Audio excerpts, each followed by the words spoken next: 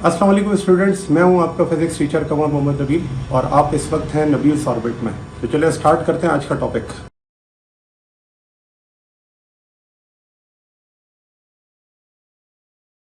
Product of vectors.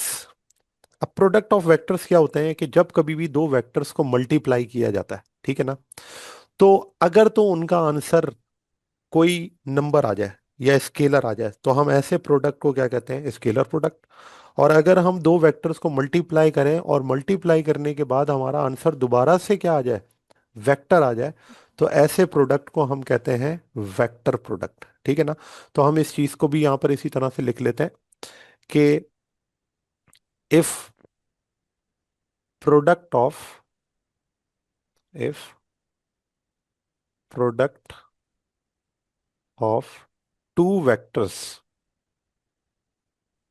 If product of two vectors is a scalar quantity is a scalar quantity then such vector product is called then such product is called scalar product. Such product is called scalar product. ठीक है, ऐसे product को हम क्या कहते हैं, scalar product कहते हैं। इसी तरह से इसकी अगर हम डेफिनेशन करें तो हम ये लिखेंगे कि if product of two vectors product of two vectors is a vector quantity vector quantity then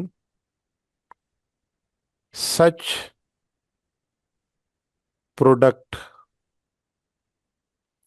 then such product is called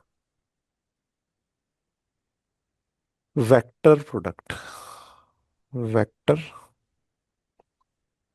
product। अच्छा जी, तो ये तो इसकी हो गई डेफिनेशन या इसकी स्टेटमेंट। स्केलर प्रोडक्ट को हम डॉट प्रोडक्ट भी कहते हैं, क्योंकि इसमें जब दो वेक्टर्स को मल्टीप्लाई किया जाता है तो उन दो वेक्टर्स के दरमियान में डॉट लगाया जाता है। और वेक्टर प्रोडक्ट को हम क्रॉस प्रोडक्ट भी कहते हैं, क्योंकि इस वेक्टर में भी जब दो वेक्टर्स को मल्टीप्लाई किया जाता है तो हम इन दोनों के दरमियान में क्रॉस लगा देते हैं। और ये आपके पास रिप्रेजेंटेशन होती है, इससे आप पहचान लेते हैं कि इसका मतलब जो इसका आंसर आएगा वो आपके पास क्या होगा, वेक्टर होगा। ठीक है ना, क्रॉस अगर लगा हुआ है तो। अब इसकी मैथमेटिकल रिप्रेजेंटेशन हम किस तरह से करते हैं, तो देखिए मैं आपको ये इस तरह से टॉपिक पढ़ा रहा हूँ कि आपका एक तरह से डिफरेंस भी हो जाएगा, प्रॉपर्टीज भी हो जाएंगी सारी, और टॉपिक पूरा जो होगा हमारा कवर भी हो जाएगा। ठीक है, तो इन केस अगर पेपर में डिफरेंस लिखने के लिए आ जाए तो आप इस तरह से डिफरेंस भी लिख सकते हैं, और एज सच हमारे पास जब टॉपिक लिखने के लिए आएगा तो फिर आप एक साइड को देखें तो वो सारी साइड कवर हो जाएगी। अब मैथमेटिकल रिप्रेजेंटेशन अगर आप इसकी देखें तो वो इस तरह से है कि अगर एक वेक्टर है ए और दूसरा वेक्टर है बी, और इन दो वेक्टर्स को अगर हम मल्टीप्लाई करते हैं, डॉट प्रोडक्ट लेते हैं, तो इसका आंसर आपके पास आ जाता है ए बी कॉस थीटा। यहाँ पर ए जो है वो मैग्नीट्यूड है वेक्टर ए का, बी मैग्नीट्यूड है वेक्टर बी का, और एंगल थीटा जो है वो ए और बी के दरमियान का एंगल है। ठीक है, इसी तरह से अगर क्रॉस प्रोडक्ट की मैथमेटिक्स लिखें तो वो यही है कि एक वेक्टर ए है और दूसरा वेक्टर बी है, और ए को बी के साथ जब हम मल्टीप्लाई करते हैं तो हमारे पास जो आंसर आता है वो आता है ए बी साइन थीटा। और क्योंकि ये वेक्टर क्वांटिटी है तो हमें इसके साथ डायरेक्शन भी ऐड करनी पड़ती है। तो अब अगर आप यहाँ पर देखें कि जो मैं ए बी साइन थीटा को हाईलाइट कर रहा हूँ, ये एक्चुअली इसका क्या है, मैग्नीट्यूड है। ठीक है, ये इसका है मैग्नीट्यूड, जबकि ये जो आपको एन और एन कैप नजर आ रहा है ये आपके पास इसकी क्या है, डायरेक्शन है। ठीक है ना, इसे हम शो करते हैं, ये आपके पास डायरेक्शन। तो इसी वजह से तो हमने कहा कि अगर दो वेक्टर्स को प्रोडक्ट आपने मल्टीप्लाई किया और अगर आंसर इस वेक्टर क्वांटिटी आ जाए तो ऐसे प्रोडक्ट को हम क्या कहते हैं, वेक्टर प्रोडक्ट। और इसे क्रॉस प्रोडक्ट क्यों कहते हैं, क्योंकि इसके दरमियान में क्या लगा हुआ है, क्रॉस लगा हुआ है। ये देखें, इसी वजह से इसे क्रॉस प्रोडक्ट कहते हैं। जबकि यहां पर अगर आप देखें कि स्केलर प्रोडक्ट में हमारे पास जो आंसर आया वो जस्ट मैग्नीट्यूड है, इसके अंदर तो डायरेक्शन है ही नहीं। इसी वजह से इस क्वांटिटी को हम क्या कहते हैं, ये स्केलर क्वांटिटी है। जैसे हमारे पास वर्क, अभी हम आगे एग्जांपल के अंदर इसको लिखेंगे कि स्केलर जो है आपके पास वो कौन कौन सी क्वांटिटी है, पावर हो गई, ठीक है, वर्क हो गया, एटसेट्रा एटसेट्रा, ठीक है। अच्छा, अब इसकी रिप्रेजेंटेशन कुछ इस तरह से भी होती है, जो कि अब मैं यहाँ पर लिख लेता हूँ कि अगर मैं ए को बी से मल्टीप्लाई कर रहा हूं तो हम इस ए डॉट बी को इस तरह भी लिख सकते हैं, ए डॉट बी। तो कैसे लिखेंगे इसको, हम इस तरह लिखेंगे कि वेक्टर ए का मैग्नीट्यूड, और फिर बी को आप कैसे लिख सकते हैं, B cos theta, B cos theta. यहां पर ये जो ए है वो क्या है, मैग्नीट्यूड ऑफ ए, ये ए जो है वो क्या है, मैग्नीट्यूड ऑफ ए। जबकि जो बी कॉस थीटा है वो कंपोनेंट है किसका, बी का, कंपोनेंट ऑफ बी अलोंग ए, ठीक है, कंपोनेंट ऑफ बी अलोंग ए। तो ये जो ऊपर मैंने लिखा भाई, इसकी रिप्रेजेंटेशन ये मैंने लिखी है कि ए जो है वो मैग्नीट्यूड है ए का, जबकि ये जो बी कॉस थीटा है ये एक्चुअली कंपोनेंट है किसका, बी का, किसके अलोंग, ए के अलोंग। अब इस चीज को जरा हम डायग्राम के अंदर भी देखेंगे कि जब हम इस चीज को ड्रॉ कर रहे होते हैं, ए और बी दोनों मल्टीप्लाई हो रहा है, तो फिर बी का जो कंपोनेंट है वो ए पर किस तरह से आएगा। तो देखिए मैं इस चीज को यहाँ पे आपको शो करके बताता हूँ कि लेट्स से मेरे पास ये वेक्टर है ए, ठीक है, और ये वेक्टर है बी। इस बी वेक्टर का अगर मैं हॉरिजॉन्टल कंपोनेंट देखूं या प्रोजेक्शन देखूं तो मैं देखूंगा कि ये प्रोजेक्शन है बी ए, और इस बी ए को हम क्या लिखते थे, क्योंकि यहाँ पर एंगल थीटा है ना, तो इसे हम लिखते थे बी कॉस थीटा।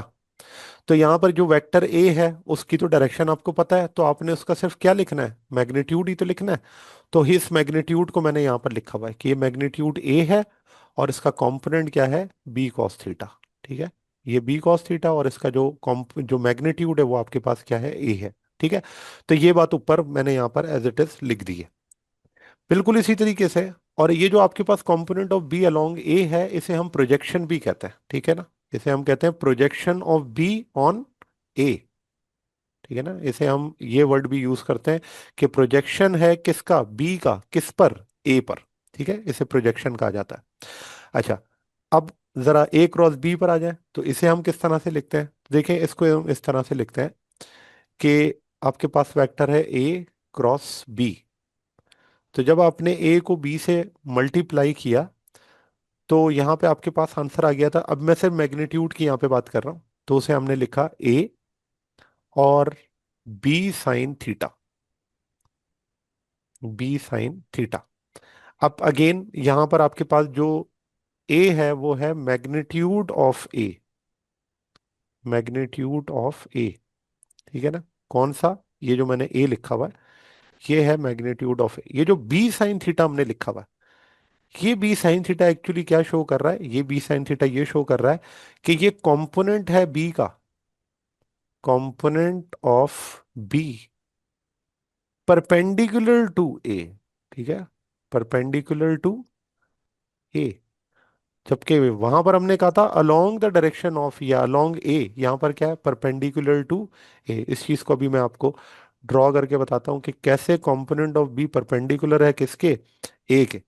तो देखें ये बिल्कुल इस तरह से होगा कि अगर हम इसकी जो डायरेक्शन है उसको ड्रॉ करें कि जो आपके पास बी का कंपोनेंट है वो ए के परपेंडिकुलर किस तरह से हो सकता है। तो यहाँ पर हम इस तरह से ड्रॉ करते हैं कि लेट से मेरे पास ये वेक्टर है ए, और ये वेक्टर मेरे पास है बी, ठीक है, ये मेरे पास है वेक्टर ए और ये वेक्टर है बी। अब अगर बी के हम कंपोनेंट देखें तो बी के अगेन दो कंपोनेंट बन सकते हैं। एक कंपोनेंट जो होगा वो एक्स एक्सिस के अलोंग, और एक कंपोनेंट वाई एक्सिस के अलोंग। तो ये मैंने ड्रॉ कर दिया कि ये आपके पास है एक्स, बी का कंपोनेंट ए के अलोंग। लेकिन हमने कहा है कि हमने वो कंपोनेंट देखना है जो कंपोनेंट परपेंडिकुलर है किसके, ए के। तो यहाँ पर जब मैं इसको ड्रॉ करूंगा तो मैं इस तरह ड्रॉ करूंगा कि जो बी का कंपोनेंट है, किसके परपेंडिकुलर है? ए के परपेंडिकुलर, ठीक है ना? ये चीज हमारे पास है। ये देखें, ये एंगल कितना बन रहा है, 90। और ये कौन सा है, बी साइन थीटा। तो मुझे बताएं कि हमने जो अभी यहाँ पर लिखा है वो यही है ना, कि जो बी है उसका कंपोनेंट ए के क्या है, परपेंडिकुलर है, और वो एंगल कितना है, 90 डिग्री है, ठीक है ना? तो अब ये तो मैंने कर दिया कि ए को बी के अगेंस्ट मैंने दोनों जगह पर रिजॉल्व कर लिया। बी कॉस थीटा जब हमने किया तो वो आपके पास डॉट प्रोडक्ट बन गया, और जब हम परपेंडिकुलर वेक्टर या कंपोनेंट के साथ उसे ऑब्जर्व कर रहे हैं तो वो आपके पास क्या बन गया, क्रॉस प्रोडक्ट बन गया। अब इसी को अगर हम इस तरह से कहें कि ए को हमने रिजॉल्व करना है, किसके अगेंस्ट, बी के अगेंस्ट, तो फिर किस तरह से सॉल्व होगा? जैसे हम यहां पर कर देते हैं कि ये आपके पास वेक्टर था ए, और ये वेक्टर है बी। अब बी को हम रिजॉल्व नहीं कर रहे, बल्कि किसको रिजॉल्व कर रहे हैं, ए को रिजॉल्व कर रहे हैं। तो ए के इसी तरह से क्या होगा, दो कंपोनेंट्स बन जाएंगे, ठीक है, जैसे हमने बी के कंपोनेंट बनाए थे। तो अब हम इसको लिखेंगे कि ये आपके पास है projection of A on to B. और कैसे लिखेंगे, ए कॉस थीटा, ठीक है। और इसका जो वर्टिकल या परपेंडिकुलर कंपोनेंट होगा उसे हम क्या कहेंगे, ए साइन थीटा। और यहां पर एंगल कितना बन रहा है, 90 डिग्री। ये एंगल है आपके पास थीटा। याद रखें, जिस लाइन पे दो एंगल्स बन रहे होते हैं उसे हम बेस कहते हैं। तो यहाँ पर जो ए कॉस थीटा है वो एक्चुअली क्या है, ये बेस है।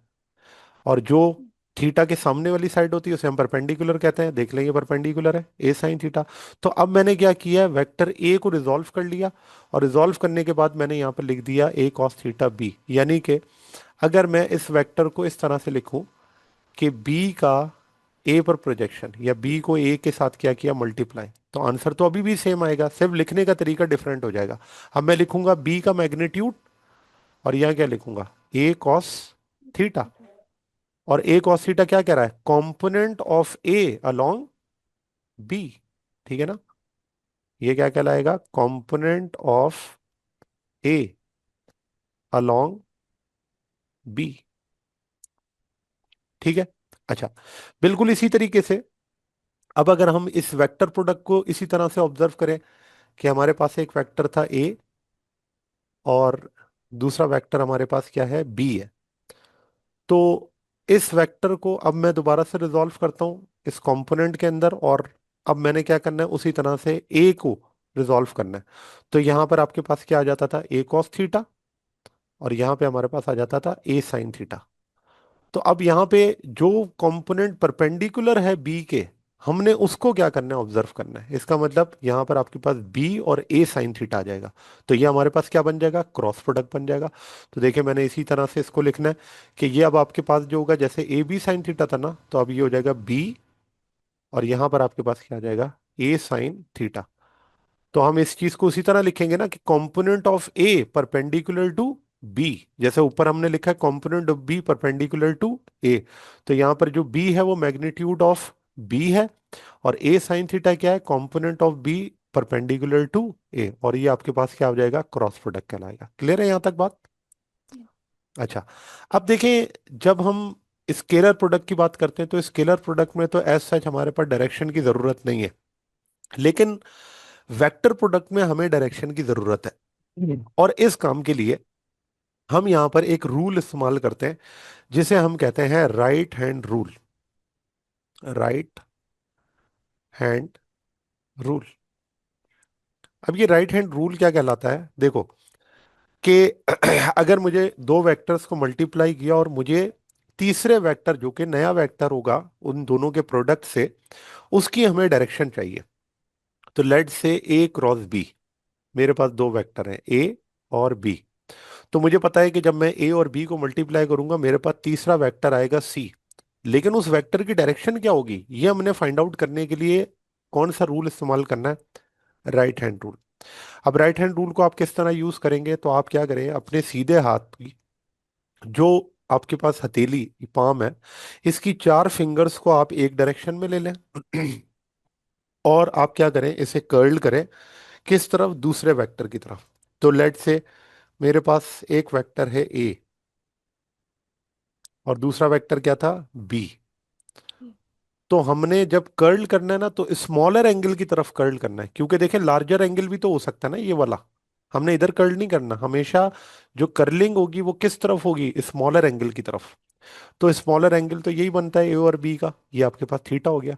तो इन दोनों के प्रोडक्ट से जो हमारे पास नई डायरेक्शन आएगी, वो डायरेक्शन इन दोनों के क्या होगी, परपेंडिकुलर होगी, और वो अलोंग द आपके पास थंब होगी। ये जो आपका थंब की डायरेक्शन है, ये आपको बता रही है क्या, तय वेक्टर की डायरेक्शन। इस वेक्टर को हम कहेंगे कि ये वेक्टर है सी, या जो भी आपके पास नया वेक्टर है, और वो इन दोनों वेक्टर्स के क्या है, परपेंडिकुलर है। जैसा कि अगली डायग्राम में आपको नजर आ रहा है कि वेक्टर था ए, इसको आपने फिंगर्स को अपनी कर्ल किया, ये आपके पास कर्लिंग फिंगर्स हैं, एंगल है थीटा। तो जब आपने इनको कर्ल किया तो आपके पास तीसरा वेक्टर आ गया सी, और ये इन दोनों का परपेंडिकुलर है। अगर आप देखें तो ए के साथ भी इसका एंगल कितना बन रहा है, 90 डिग्री। देखें ए के साथ अगर मैं इसका एंगल देखूं तो वो 90 है, बी के साथ इसका एंगल देखूं वो भी 90 है।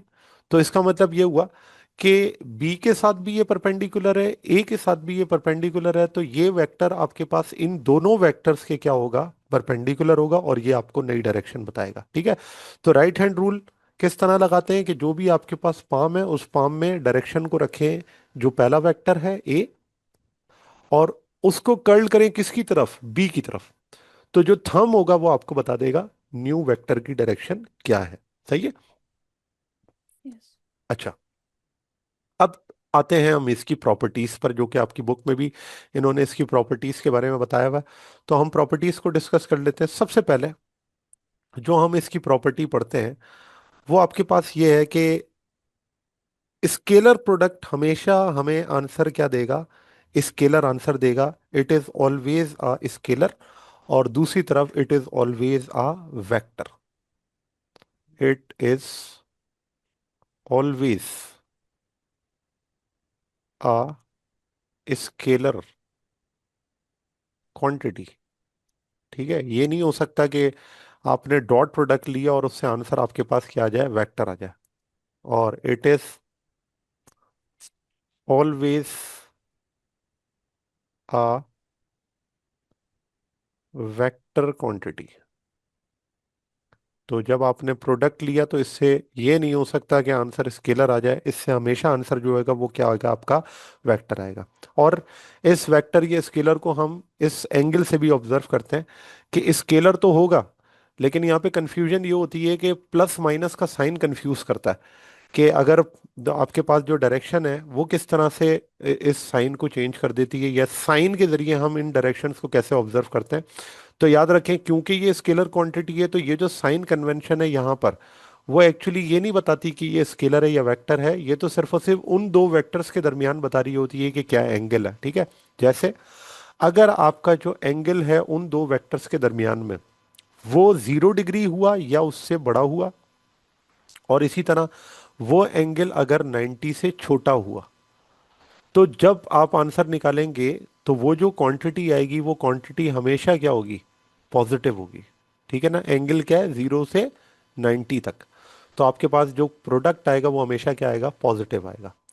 लेकिन आपके पास अगर वो एंगल 90 से बड़ा हुआ और 180 या 180 से छोटा हुआ, तो फिर आपके पास जो आंसर आएगा वो होगा तो स्केलर, लेकिन किस साइन के साथ होगा, नेगेटिव साइन के साथ होगा। तो यहां पर आपने नेगेटिव साइन से कंफ्यूज नहीं होना कि नेगेटिव साइन शायद यहाँ पे डायरेक्शन शो कर रहा है। नहीं नहीं नहीं, ये नेगेटिव शो नहीं कर रहा है, ये सिर्फ और सिर्फ उन दो वेक्टर्स के दरमियान में एंगल शो कर रहा है, कि वो एंगल एक्चुअली 90 और 180 के दरमियान में। ठीक है, 0 और 90 के दरमियान में होगा तो पॉजिटिव आंसर आएगा, 90 और 180 के दरमियान में होगा तो नेगेटिव आंसर आएगा। जबकि जब हम बात करते हैं किसमें, वेक्टर क्वांटिटी में, तो वेक्टर्स के अंदर जो एंगल्स हैं वो किस तरह से आपके पास रिप्रेजेंटेशन देते हैं, पॉजिटिव नेगेटिव साइन की। तो देखें, जब हम साइन थीटा की बात कर रहे होते हैं, तो साइन थीटा आपके पास पॉजिटिव होता है 0 से आपके पास एंगल बड़ा हो, क्योंकि साइन 0 तो 0 होता है ना, इसलिए 0 से बड़ा होना चाहिए एंगल। और या तो 90 हो या 90 से छोटा हो, क्योंकि साइन 91 होता है और पॉजिटिव होता है। ठीक है ना, इसी तरह से नीचे आते जाएं तो वो वैल्यूज आपके पास जो है वो 89 पे भी आंसर तो पॉजिटिव आएगा। ठीक है। और इसी तरह अगर मैं बी पर आ जाऊं, तो बी में आपके पास अगर एंगल 90 से बड़ा हो और इक्वल भी हो, और इसी तरीके से अगर आपके पास जो 180 डिग्री है उससे एंगल छोटा हो, 180 नहीं होना चाहिए, सही है, 180 से आपके पास क्या हो, छोटा हो, तो फिर आपके पास अगेन आंसर क्या रहता है, पॉजिटिव रहता है। ठीक है ना, इसका मतलब वेक्टर क्वांटिटी जो है उसके अंदर आपके पास जो डायरेक्शन है वो पॉजिटिव ही होती है। जब हम 180 से ऊपर जाते हैं तो फिर ये नेगेटिव होना शुरू हो जाता है। ठीक है, तो इसका मतलब 0 to 180 तक हमने इस चीज को क्या कर लिया, ऑब्जर्व कर लिया, क्योंकि हमारी डायरेक्शन मैक्सिमम जो है वो अपोजिट ही हो सकती है, इससे ज्यादा हम इसको चेंज नहीं करते। और इसके लिए एक पॉइंट जो कि ऊपर हमने कहा कि जो नया वेक्टर आता है वो हमेशा क्या होता है, परपेंडिकुलर होता है, ऑलवेज। जो भी आपने इसका रिजल्ट लेना है, always perpendicular, always perpendicular to the vector, perpendicular to the vector. तो जो भी आपके पास नया वेक्टर होगा वो होगा हमेशा क्या, perpendicular to the other vectors. अब दूसरी प्रॉपर्टी इसकी क्या है, कम्यूटेटिव प्रॉपर्टी। कम्यूटेटिव का क्या मतलब होता है कि जब हम किसी दो वेक्टर्स को सॉल्व कर रहे होते हैं तो उनकी जो पोजीशंस होती हैं वो पोजीशन इसमें मैटर नहीं करती। जैसे अगर मैं कहूं कि एक वेक्टर को बी के साथ हम मल्टीप्लाई करते हैं, ए डॉट बी, तो अगर हम इसकी पोजीशन को चेंज करके मल्टीप्लाई करें, कि हम बी को ए से मल्टीप्लाई करें, तो हम देखते हैं कि इन दोनों का जो आंसर है वो सेम आता है। इसका मतलब ए को बी से मल्टीप्लाई किया या बी को ए से मल्टीप्लाई किया, हम देखते हैं कि दोनों का आंसर क्या है, सेम है। तो इसका मतलब ये हुआ कि जो आपके पास स्केलर प्रोडक्ट है वो कम्यूटेटिव लॉ को ओबे करते हैं। स्केलर प्रोडक्ट ओबे, ओबे कम्यूटेटिव प्रॉपर्टी, कम्यूटेटिव प्रॉपर्टी। ठीक है, क्यों, क्योंकि इसकी अरेंजमेंट चेंज करने से आंसर चेंज नहीं हो रहा। ठीक है ना, इसी वजह से हम कहते हैं कि ये कम्यूटेटिव प्रॉपर्टी को ओबे करता है। जबकि जब हम वेक्टर प्रोडक्ट की बात करते हैं, तो वेक्टर प्रोडक्ट में अगर ये बात करें तो किस तरह लिखेंगे, तो हम इस तरह से लिखते हैं कि जो वेक्टर प्रोडक्ट होता है उसमें ए क्रॉस बी, ए को जब आप बी से मल्टीप्लाई करते हैं तो इसका जो प्रोडक्ट है वो बी क्रॉस ए के बराबर नहीं आता। और क्यों नहीं आता, क्योंकि जब आप ए क्रॉस बी को मल्टीप्लाई करते हैं तो उसकी डायरेक्शन और बी क्रॉस ए को मल्टीप्लाई करने से उसकी डायरेक्शन दोनों क्या होती हैं, डिफरेंट होती हैं। तो हम इस बात को इस तरह तो जरूर लिख सकते हैं कि A cross B is equal to minus B cross A. तो इसको हम इस तरह तो लिख सकते हैं, लेकिन हम उस तरह नहीं लिख सकते कि A cross B is equal to B cross A. इसका मतलब ये हुआ कि जो वेक्टर प्रोडक्ट है वो ओबे नहीं करता किसको, कम्यूटेटिव प्रॉपर्टी को। Vector product do not obey commutative property, commutative property. ठीक है, तो ये आपके पास ओबे नहीं करता कि वो आपके पास जो वेक्टर प्रोडक्ट है वो कम्यूटेटिव प्रॉपर्टी को क्या करे, ओबे करे। अच्छा, अब इसको अगर हम डायग्राम्स के जरिए देखें कि डायग्राम हमें इसको किस तरह से शो करके बताती हैं, तो देखें सबसे पहले मैं डायग्राम बना लेता हूँ कम्यूटेटिव प्रॉपर्टी में वेक्टर प्रोडक्ट की। तो लेट से मेरे पास दो वेक्टर्स हैं, एक वेक्टर है बी और एक वेक्टर है ए, और ये दोनों आपस में क्या कर रहे हैं, मल्टीप्लाई कर रहे हैं। ठीक है, ए और बी। जब ए बी से मल्टीप्लाई होगा तो मैंने आपको बताया राइट हैंड रूल लगाएं, राइट हैंड रूल में अपनी हथेली को ए पर रखें और बी की तरफ कर्ल करें। तो आप जब अपनी स्क्रीन के ऊपर ए पर अपनी पाम को रखेंगे और बी की तरफ कर्ल करेंगे तो आपको डायरेक्शन जो मिलेगी वो डायरेक्शन अपवर्ड होगी। ठीक है, तो मैं इसको यहाँ ड्रॉ कर देता हूँ कि आपको डायरेक्शन जो मिलेगी वो डायरेक्शन ये होगी। ये आपके पास एक नए वेक्टर की डायरेक्शन है, और इसे मैं लिख देता हूँ, ये है ए क्रॉस बी को मल्टीप्लाई करने से आने वाले वेक्टर की डायरेक्शन। अब अगर मैं इस डायरेक्शन को चेंज करूं, यानी कि बी क्रॉस ए, तो अब आपने अपनी जो पाम है उसको कहाँ रखना है, बी पर, और कर्ल करना है किसकी तरफ, ए की तरफ। तो जब बी को ए की तरफ कर्ल करेंगे तो फिर हमारे पास जो वेक्टर होगा, उस वेक्टर की डायरेक्शन जो थंब आपको बता रहा है वो है डाउनवर्ड। तो अब अगर आप देखें तो इसकी जो डायरेक्शन है वो क्या हो गई, डिफरेंट हो गई। तो मैं अगर ये लिखूं तो ये आपके पास है बी क्रॉस ए। अब सोचें कि अगर ऊपर जो ए क्रॉस बी है उसे हमने पॉजिटिव लिया है, तो जब बी क्रॉस ए लेंगे तो वो डायरेक्शन क्या हो गई, नेगेटिव। इसी वजह से हम कहते हैं कि A cross B is not equal to B cross A. क्यों? क्योंकि यहां पर आपके पास जो डायरेक्शन है उसमें कितना चेंज आ गया, 180 डिग्री का। और इस चेंज की वजह से हम कहते हैं कि जो आपका वेक्टर प्रोडक्ट है वो कम्यूटेटिव प्रॉपर्टी को ओबे नहीं करता। ठीक है ना, एक ए क्रॉस बी का पॉजिटिव और बी क्रॉस ए नेगेटिव, ये दोनों आपस में बराबर नहीं है। किसकी वजह से, डायरेक्शन की वजह से। अब कम्यूटेटिव प्रॉपर्टी की डायग्राम क्या होगी, ये किस तरह से बताता है कि कम्यूटेटिव प्रॉपर्टी ओबे हो रही है। तो देखिए इसमें इस तरह से है, क्योंकि इसमें डायरेक्शन नहीं है ना, तो हम इस तरह से सॉल्व करते हैं कि लेट से मेरे पास एक वेक्टर है ए और दूसरा मेरे पास वेक्टर है बी। तो जब हम इनका डॉट प्रोडक्ट लेते हैं, ये आपके पास एंगल है थीटा।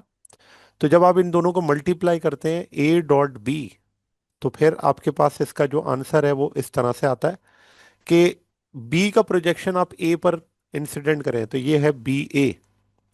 तो हम क्या लिखेंगे, magnitude of A and B A. और बी ए क्या है, projection of B on to ए।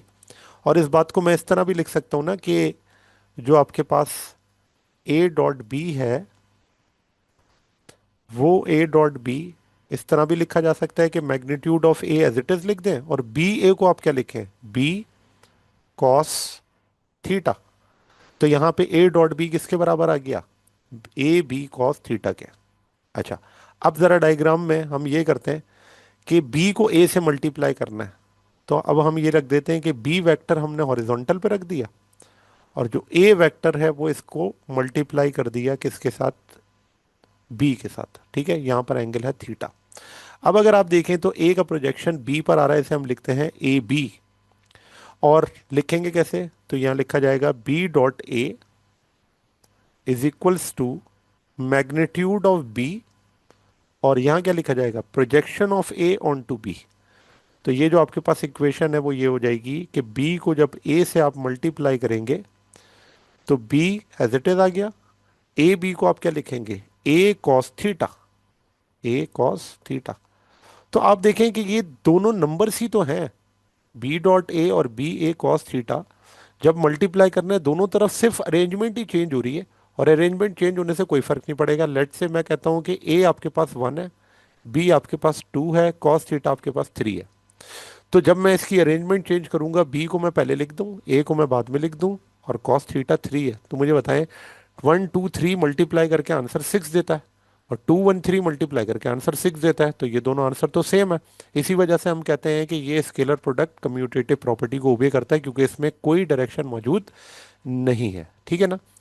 अच्छा, अब आती है बात किसकी, ये तो हो गई कि स्केलर प्रोडक्ट कम्यूटेटिव और वेक्टर प्रोडक्ट कम्यूटेटिव प्रॉपर्टी को ओबे करता है या नहीं। अब आती है अगली प्रॉपर्टी जिसे हम कहते हैं डिस्ट्रीब्यूटिव प्रॉपर्टी।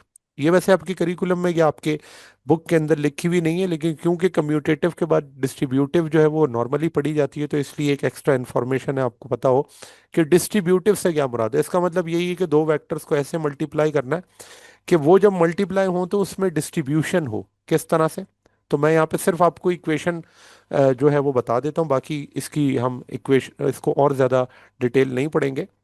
कि ए को अगर मैं मल्टीप्लाई करूँ किसके साथ, बी प्लस सी के साथ। ठीक है, ए को मैं बी प्लस सी के साथ जब मल्टीप्लाई करूँ, तो अब यहाँ पर जब आप इसका प्रोडक्ट लेंगे तो इसमें डिस्ट्रीब्यूशन होगी। आपने क्या करना है, पहले ए को बी से मल्टीप्लाई करना है, बीच में डॉट है तो ये आ जाएगा ए डॉट बी, और फिर क्या साइन है आपके पास, पॉजिटिव। फिर आपने इस ए को किससे मल्टीप्लाई करना है, सी से। तो ये क्या कहलाएगा, ए डॉट सी। तो ये जो मैंने इस वेक्टर्स के अंदर तीन वेक्टर थे और तीन वेक्टर को आपस में मल्टीप्लाई करके इसमें डिस्ट्रीब्यूशन किए, इस लॉ को हम क्या कहते हैं?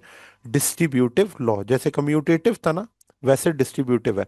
कि इसका मतलब ये हुआ कि लेफ्ट हैंड साइड पे आने वाला जो आंसर है उसको आप कैलकुलेट कर लें, और जो राइट हैंड साइड पे इंडिविजुअल ये दो वेक्टर्स के प्रोडक्ट्स को आपस में मल्टीप्लाई करके ऐड करें, दोनों तरफ आंसर क्या आएगा? सेम आएगा। अगर सेम आता है तो इस प्रॉपर्टी को हम क्या कहते हैं? डिस्ट्रीब्यूटिव प्रॉपर्टी, जो कि जो हमारा स्केलर प्रोडक्ट है वो ओबे करता है। अब आते हैं किसके ऊपर? क्या ये प्रॉपर्टी वेक्टर प्रोडक्ट में भी ओबे होती है? तो देखें, इसको हम इस तरह से लिख सकते हैं, और वो ये है कि ए को अगर हम क्रॉस प्रोडक्ट लेते हैं किसके साथ? बी प्लस सी के साथ, तो डिस्ट्रीब्यूटिव प्रॉपर्टी के अंदर जब आप इसको डिस्ट्रीब्यूट करेंगे तो उसी तरह से करेंगे कि पहले ए को बी से क्या करेंगे? मल्टीप्लाई, और लिखेंगे कैसे? ए क्रॉस बी, और यहां पर आप करेंगे प्लस, और फिर ए को आप मल्टीप्लाई करेंगे किसके साथ? सी के साथ, और इसे आप लिखेंगे ए क्रॉस सी।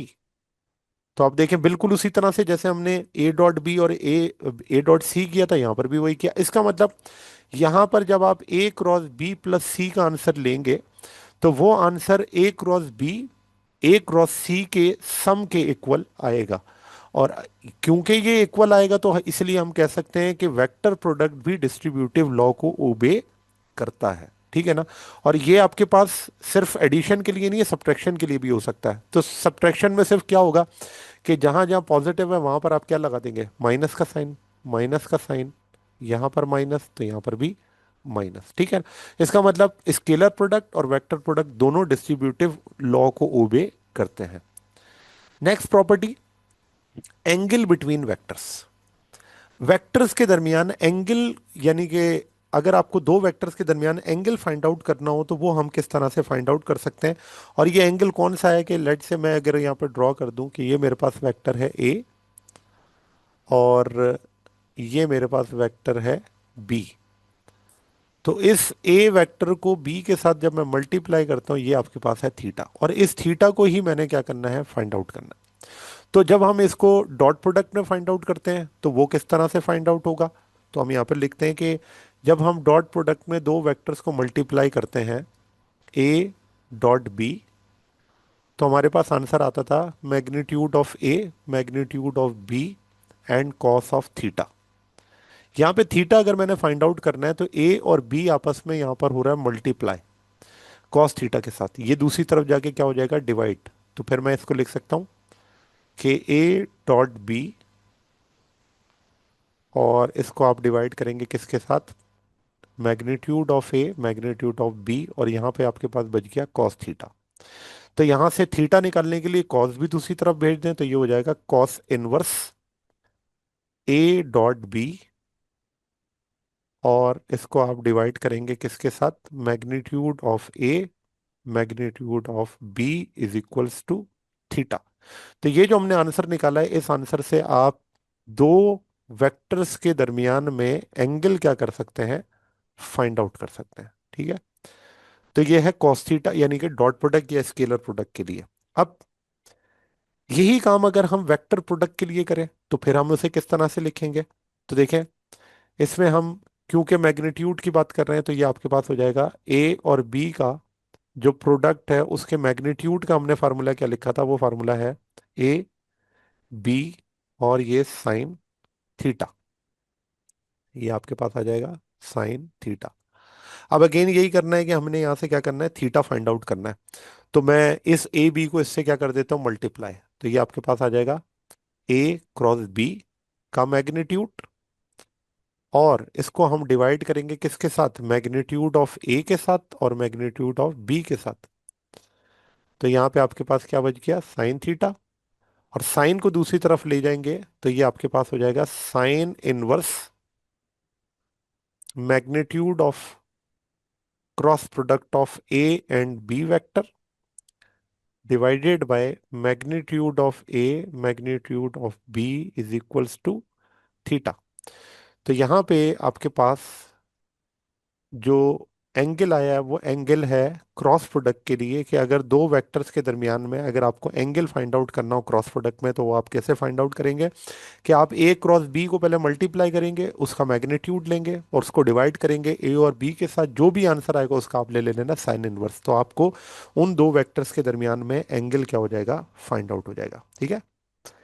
फिर आपके पास नेक्स्ट इसमें है कि किसी भी वेक्टर के लिए मैक्सिमम वैल्यू और मिनिमम वैल्यू हम कैसे निकालते हैं। तो ये जो मैक्सिमम वैल्यू और मिनिमम वैल्यू होती है, ये एक्चुअली डिपेंड किसके ऊपर करती है, ये करती है एंगल पर। तो हम जब मैक्सिमम वैल्यू के लिए बात करते हैं कि आपकी जो स्केलर प्रोडक्ट में मैक्सिमम वैल्यूज हैं वो किस किस एंगल पर आती हैं, तो देखें, जब हमारे पास थीटा की वैल्यू 0 डिग्री हो एंड थीटा की वैल्यू 180 डिग्री हो, ये दोनों वो एंगल्स हैं जिन एंगल्स पर आपका जो स्केलर प्रोडक्ट है वो मैक्सिमम आता है। कैसे लिख देते हैं? सोचें ए डॉट बी है, तो A dot B A B cos theta के बराबर है ना, और कॉस थीटा कॉस जीरो किसके बराबर होता है, 1 के। तो इसका मतलब यहां पर आपके पास आंसर क्या आ जाएगा, पॉजिटिव का ए बी। और जब मैं ए को बी से मल्टीप्लाई करूंगा और एंगल कितना होगा 180, तो कॉस 180 किसके बराबर होता है, -1 के। तो यहां पर आपके पास आंसर तो मैक्सिमम होगा, लेकिन किसके साथ होगा, माइनस के साथ। ये आपके पास क्या आ गया, नेगेटिव। ठीक है। इसी तरह जब हम क्रॉस प्रोडक्ट में बात करते हैं, तो क्रॉस प्रोडक्ट में कब आपके पास क्रॉस प्रोडक्ट मैक्सिमम आता है और कब मिनिमम आता है? तो मैक्सिमम के लिए जो आपके पास एंगल्स हैं वो दो हैं, जब थीटा की वैल्यू 90 हो एंड जब थीटा की वैल्यू 270 हो। इन दोनों एंगल्स पर आपका जो क्रॉस प्रोडक्ट है वो आपको मैक्सिमम आंसर देगा। देख लो, जब मैं ए को बी के साथ मल्टीप्लाई करता हूं क्रॉस प्रोडक्ट में, तो A cross B, A B sine 90 और ए बी साइन 90, साइन 90 किसके बराबर होता है, 1 के। तो यहां से आपके पास आंसर क्या आ गया, प्लस का ए बी। जबकि जब मैं ए को बी से मल्टीप्लाई करता हूं क्रॉस प्रोडक्ट में, तो A B sine 270, sine 270 minus के बराबर होता है, -1। तो यहां पर आपके पास आंसर क्या आ गया, नेगेटिव में। तो ये आपके पास है मैक्सिमम वैल्यूज। अब इसी को अगर हम मिनिमम वैल्यूज के लिए देखें कि स्केलर प्रोडक्ट आपको मिनिमम आंसर कब देगा, जब थीटा की वैल्यू क्या हो 90 एंड थीटा की वैल्यू है 270। ये वो दो आंसर्स हैं जिन पर आपके पास कॉस्ट क्या करता है, जीरो आंसर देता है। तो इसका मतलब यहां पर आपके पास जो आंसर आएगा वो मिनिमम होगा, और हम लिख सकते हैं कि इन दोनों एंगल्स पर ए डॉट बी आपके पास क्या होगा, जीरो। और ये जीरो ही यहां पर मिनिमम है, क्योंकि इससे कम आंसर नहीं आ सकता, इसीलिए इसको हम मिनिमम वैल्यू कहते हैं। सिमिलरली जब मैं यहां पर पुट करता हूं कि मिनिमम वैल्यू किस एंगल पे निकलेगी, तो ये एंगल आपके पास है 0 डिग्री एंड 180 डिग्री। ठीक है, थीटा 180 डिग्री।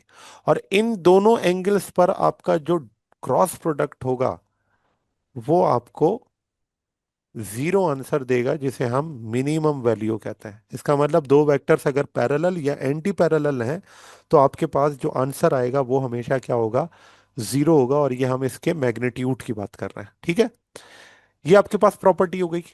नेक्स्ट है सेल्फ प्रोडक्ट। जब हम किसी भी दो वेक्टर्स को आपस में उसी नंबर से या उसी वेक्टर से मल्टीप्लाई कर देते हैं, तो इसे हम क्या कहते हैं, सेल्फ प्रोडक्ट। और इसको जब हम स्केलर प्रोडक्ट के लिए पढ़ते हैं तो हम लिखते हैं सेल्फ डॉट प्रोडक्ट। और इसी को जब हम क्रॉस के लिए पढ़ते हैं तो हम पढ़ते हैं सेल्फ क्रॉस प्रोडक्ट। ठीक है, सेल्फ क्रॉस प्रोडक्ट, यानी कि ये दोनों आपके पास जो है वो स्केलर और वेक्टर दोनों के अंदर पढ़ा जाता है। अब सेल्फ क्रॉस प्रोडक्ट या सेल्फ जो डॉट प्रोडक्ट है, इसको अगर हम यहाँ पर देखें तो वो किस तरह से लिख सकते हैं। तो यहाँ पे ये होगा, अगर मैं ए को ए से ही मल्टीप्लाई कर दूं, एक वेक्टर है ए, उस वेक्टर को ए से ही मल्टीप्लाई कर दूं, तो ये तो दोनों इक्वल वेक्टर्स हो गए। हमने इक्वल वेक्टर्स के बारे में क्या पढ़ा था, दोनों की डायरेक्शन और मैग्नीट्यूड क्या हो, सेम हो। तो अगर ए को ए से ही मल्टीप्लाई कर रहे हैं, तो इसका मतलब हमारे पास आंसर क्या आ जाएगा, ए ए कॉस, और थीटा की जगह पे यहाँ पे क्या हो जाएगा, जीरो। थीटा क्या है, जीरो, क्योंकि जो ए और ए हैं वो आपस में क्या है, पैरेलल है। ठीक है, A R parallel to A, parallel का साइन यहां पर मैंने बना दिया, या इसको हम इस तरह से लिख देते हैं कि बाद में कंफ्यूजन ना हो। ए इज पैरेलल टू ए। सो अब हम इसको जब लिखेंगे तो ये लिख सकते हैं कि ए डॉट ए का जो आंसर आएगा वो क्या आएगा। ए ए मल्टीप्लाई करेगा ना, देखें, ये वाला ए और ये वाला ए आपस में मल्टीप्लाई कर रहे हैं, तो जब मल्टीप्लाई करेंगे तो हमारे पास आंसर आ जाएगा ए स्क्वायर। और कॉस जीरो किसके बराबर होता है, वन के, तो वो लिखने की जरूरत नहीं है। तो अगर आप देखें तो हमारे पास सेल्फ प्रोडक्ट या सेल्फ डॉट प्रोडक्ट जो है वो मल्टीप्लाई करके आंसर क्या आ रहा है, ए स्क्वायर। और इसकी जो आपके पास एक्सप्लेनेशन है वो यही है कि जब हम काइनेटिक एनर्जी की बात करते हैं तो काइनेटिक एनर्जी के अंदर जो आपको स्क्वायर ऑफ स्पीड नजर आती है वो एक्चुअली इसी तरह से सेल्फ प्रोडक्ट से निकली हुई है। देखें, kinetic energy is equals to half M, यहाँ पर जो v है वो क्या है, v डॉट वी है। और v डॉट वी को जब हम मल्टीप्लाई करते हैं तो हमारा आंसर क्या आता है, वी स्क्वायर। तो ये जो वी स्क्वायर यहाँ पर आया हुआ है एक्चुअली क्या है, ये सेल्फ प्रोडक्ट है किसका, स्पीड का। ठीक है, यानी कि दो वेलोसिटीज को, सॉरी ये मैंने ये गलत कह दिया, कि दो वेलोसिटीज को जब हमने डॉट प्रोडक्ट लिया तो हमारे पास आंसर क्या आ गया, स्केलर आ गया। और वो स्केलर क्या है, स्पीड है। ठीक है ना, इसी को हम स्केलर प्रोडक्ट कहते हैं और स्केलर डॉट प्रोडक्ट कहते हैं। अब ये चीज अगर हम किस में पढ़ें, क्रॉस प्रोडक्ट में, तो क्रॉस प्रोडक्ट में जो आपके पास दो वेक्टर्स का क्रॉस प्रोडक्ट होगा वो जीरो के बराबर होगा। क्यों, क्योंकि ऊपर हम अभी बात पढ़कर आए कि मिनिमम आपके पास जो क्रॉस प्रोडक्ट का आंसर आता है वो किस एंगल पर आता है, जीरो पर। तो यहां पर अगर आप लिखें ए ए साइन थीटा, और जब ये ए ए दो वेक्टर्स और दोनों वेक्टर सेम डायरेक्शन में है, यहां पर मैं इसको ड्रॉ भी कर देता हूं कि एक वेक्टर ये है और इसी का दूसरा वेक्टर इसके साथ हम यहाँ पे ड्रॉ कर देते हैं। तो ये देखें, दो वेक्टर हो गए। ये तीसरा वेक्टर यहाँ पे कहाँ से आ गया, अच्छा, तो देखें ये वेक्टर आपके पास है,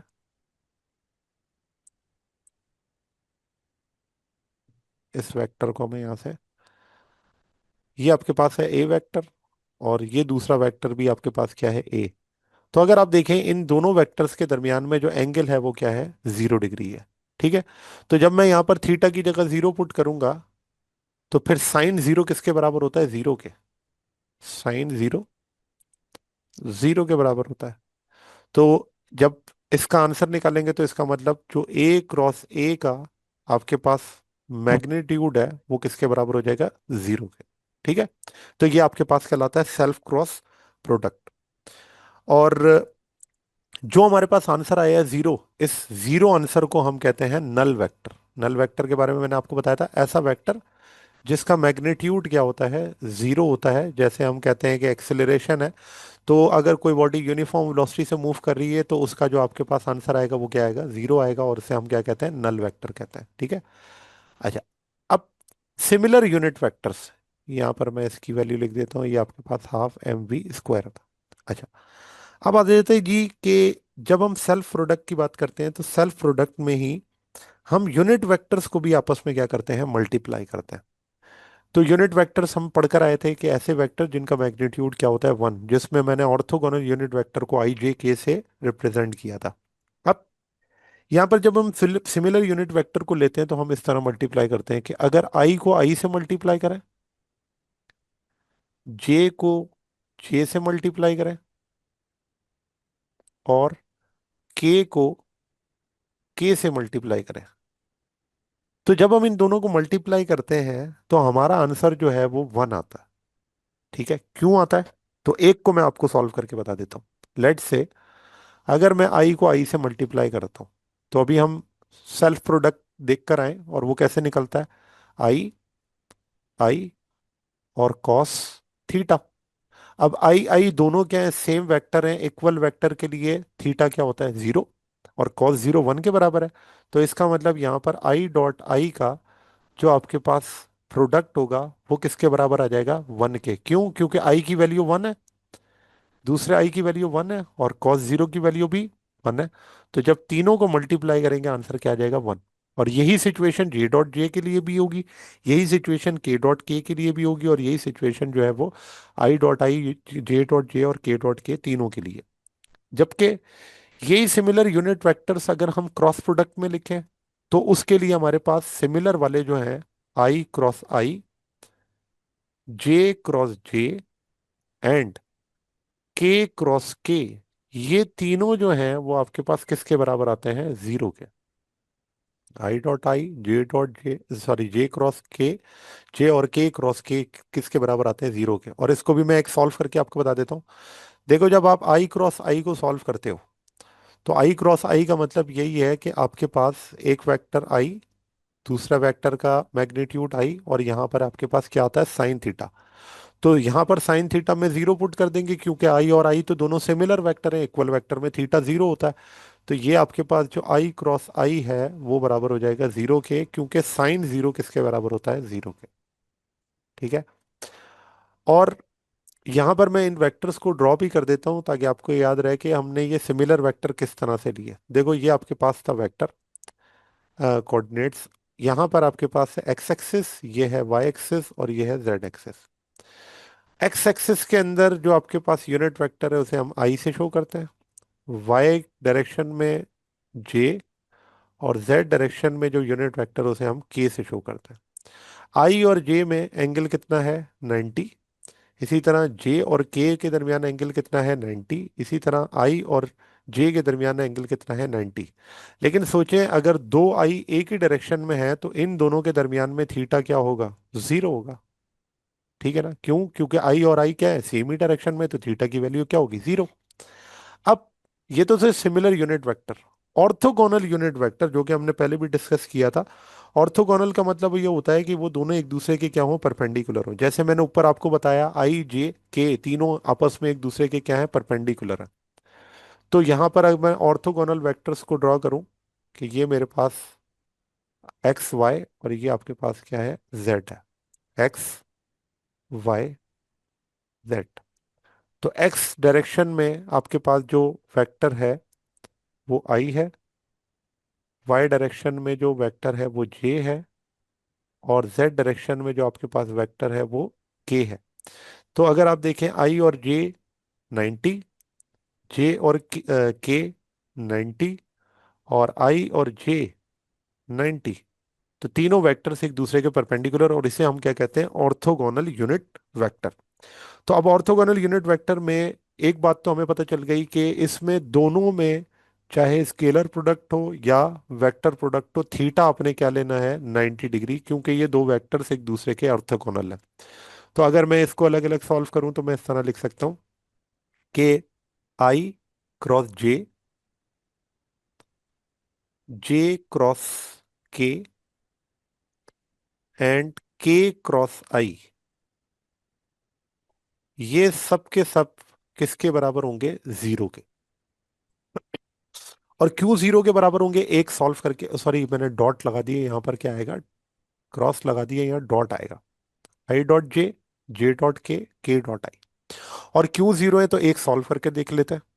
आई डॉट जे, तो आई को जैसे आपने जब मल्टीप्लाई किया, तो आई का मैग्नीट्यूड आ गया, जे का मैग्नीट्यूड आ गया, और यहाँ पर आ गया कॉस 90, क्योंकि मैंने कहा थीटा 90 था। कॉस 90 बराबर होता है जीरो के। तो सोचो, अगर कॉस 90 जीरो के बराबर है, तो ये जीरो जब आई जे से मल्टीप्लाई करेगा, तो यहाँ पर आपके पास आ जाएगा आई डॉट जे, और वो किसके बराबर है? जीरो के। इस तरह से जे डॉट के डॉट ए आई भी जीरो के बराबर होता है। जबकि यही बात अगर हम क्रॉस प्रोडक्ट के लिए पढ़ें, तो हम पढ़ते हैं कि आई क्रॉस जे। अच्छा, और इसका हम मैग्नीट्यूड की बात कर रहे हैं, ठीक है ना? अदरवाइज ये होगा कि अगर हम इसके वेक्टर की बात करें, तो आई क्रॉस जे को मल्टीप्लाई करने से एक नया वेक्टर आ जाता है। इस चीज को भी अभी आगे हम डिस्कस करेंगे। जे क्रॉस के और के क्रॉस आई, ये आपके पास तीनों किसके बराबर होंगे? वन के। क्यों? क्योंकि अगर मैं एक को सॉल्व करूं, तो मैं लिख सकता हूं कि आई क्रॉस जे का जो आपके पास क्रॉस प्रोडक्ट है, वो आंसर आपको क्या देगा? आई जे साइन 90, और साइन 90 वन के बराबर है। तो आई की जगह भी वन आ गया, जे की जगह भी वन आ गया, साइन 90 की जगह भी वन आ गया। वन वन वन का क्यूब जो होगा वो वन के बराबर ही होता है, और इस वजह से हम कहते हैं कि आई क्रॉस जे का जो मैग्नीट्यूड है वो वन के बराबर है। लेकिन इसमें अगर हम किसकी बात करें कि दो वेक्टर्स को मल्टीप्लाई करने से तीसरा वेक्टर आता है ना, तो अगर हम यहाँ पर ये करें कि आई को जे से मल्टीप्लाई करें क्रॉस प्रोडक्ट में, तो जो नया वेक्टर आएगा वो एक्चुअली इन दोनों के परपेंडिकुलर होगा, और उसे हम लिखेंगे I cross J is equals to K. Similarly J को अगर मैं के से मल्टीप्लाई करूं तो मेरे पास आंसर आ जाएगा आई, और इसी तरह से जब मैं के को आई से मल्टीप्लाई करूंगा तो मेरे पास आंसर आ जाएगा जे। और ये बात किस तरह से हम फाइंड आउट करते हैं कि हमारे पास ये वेक्टर्स इस तरह से शो हो जाए, तो उसके लिए हम यहाँ पर एक साइकिल जो है उसको पढ़ते हैं। और वो साइकिल इसी तरह से है कि ये आपके पास हो गया आई, ये हो गया आपके पास जे, और ये आपके पास हो गया के। तो अब देखो कि जब आप आई को जे से मल्टीप्लाई करते हो तो ये है आई, ये है जे। तो जब आई को जे से मल्टीप्लाई करते हो तो आपका जो ये साइक्लिक या क्लॉकवाइज जो मोशन है वो आपको अगला कौन सा वेक्टर बता रही है, के। तो यहाँ पर आपके पास क्या आ गया, के। इसी तरह से जब आप जे को किस से मल्टीप्लाई करते हो, के से, तो जे को जब आप के से मल्टीप्लाई कर रहे हो तो साइक्लिक आपके पास जो क्लॉकवाइज मोशन है वो आपको बता रहा है कि अगला जो वेक्टर आपके पास आएगा वो आपको क्या आंसर देगा, वो आंसर आपके पास क्या है, आई। तो यहाँ पर आप देख सकते हैं कि जब जे को के से आपने मल्टीप्लाई किया तो आंसर आपके पास क्या आ गया, आई। और इसी तरह से जब हम के को आई से मल्टीप्लाई करते हैं तो जो आपके पास क्लॉकवाइज मोशन है वो आपको अगली इंफॉर्मेशन जे की दे रहा है, और यहाँ पे इसी वजह से जब हम के को आई से मल्टीप्लाई करते हैं तो आपके पास आंसर क्या आ जाता है, जे। तो देखिए ये तो मोशन था हमारे पास कौन सा, क्लॉकवाइज। अगर इसी मोशन को हम एंटी क्लॉकवाइज लेके चलें तो एंटी क्लॉकवाइज में सारी चीजें इसी तरह से होंगी, लेकिन क्या होगा, साइन माइनस का आ जाएगा क्योंकि डायरेक्शन क्या हो जाएगी, रिवर्स। तो अब चीज को मैं ऐसे लिख देता हूं कि आई क्रॉस जे की जगह अगर मैं लिखूं जे क्रॉस आई, तो हमने अभी कम्यूटेटिव प्रॉपर्टी में यही बात पढ़ी थी ना कि जब आप इसकी पोजीशंस को चेंज करते हैं तो आपके पास क्या आ जाता है आंसर, माइनस में। ठीक है। इसी तरह से जब आप जे क्रॉस के की जगह क्या लिखते हैं, के क्रॉस जे, तो फिर आपके पास जो आंसर है वो आई तो आता है लेकिन किसके साथ आता है, माइनस के साथ। और इसी तरह जब आप लिखते हैं आई क्रॉस के, तो फिर आपके पास आंसर तो आता है जे लेकिन किसके साथ, माइनस के साथ। क्यों, क्योंकि ये पूरा जो आपके पास मोशन है ये एंटी क्लॉकवाइज में है, ठीक है। ये आपके पास मोशन है क्लॉकवाइज, और जब आप इसमें अपनी ओरिएंटेशन को चेंज करते हैं और एंटी क्लॉकवाइज इस साइकिल को एंटी क्लॉकवाइज चलाते हैं तो फिर आपके पास जो साइन कन्वेंशन है वो चेंज हो जाती है। क्यों, क्योंकि डायरेक्शन आपके पास क्या हो जाती है, चेंज हो जाती है। ठीक है। अच्छा, अब अगली बात आती है रेक्टेंगुलर कंपोनेंट्स की। अब ये रेक्टेंगुलर कंपोनेंट जो है वो किस तरह से इसमें पढ़े जाते हैं, तो रेक्टेंगुलर कंपोनेंट में हम स्केलर और वेक्टर प्रोडक्ट दोनों को क्या करेंगे, सॉल्व करेंगे। ठीक है। यहाँ पर मैं इसको इस तरह लिख देता हूँ ताकि हमारे पास स्पेस हो दूसरे चीजें लिखने के लिए। ठीक है। यहाँ पर इसको पुट कर देते हैं। अच्छा जी, तो अब रेक्टेंगुलर कंपोनेंट्स, जब किसी भी वेक्टर को रेक्टेंगुलर कंपोनेंट्स में लिखा जाता है तो स्केलर प्रोडक्ट में हम उसे कैसे सॉल्व करेंगे, वेक्टर प्रोडक्ट में हम इसे कैसे सॉल्व करेंगे। तो लेट से मैं वेक्टर ले लेता हूँ ए, और रेक्टेंगुलर कंपोनेंट्स का मतलब ये है कि एक्स वाई जी या आई जे के की फॉर्म में आपने उसे लिखना है। तो ए आपके पास आ गया A X I, A Y J and A Z के।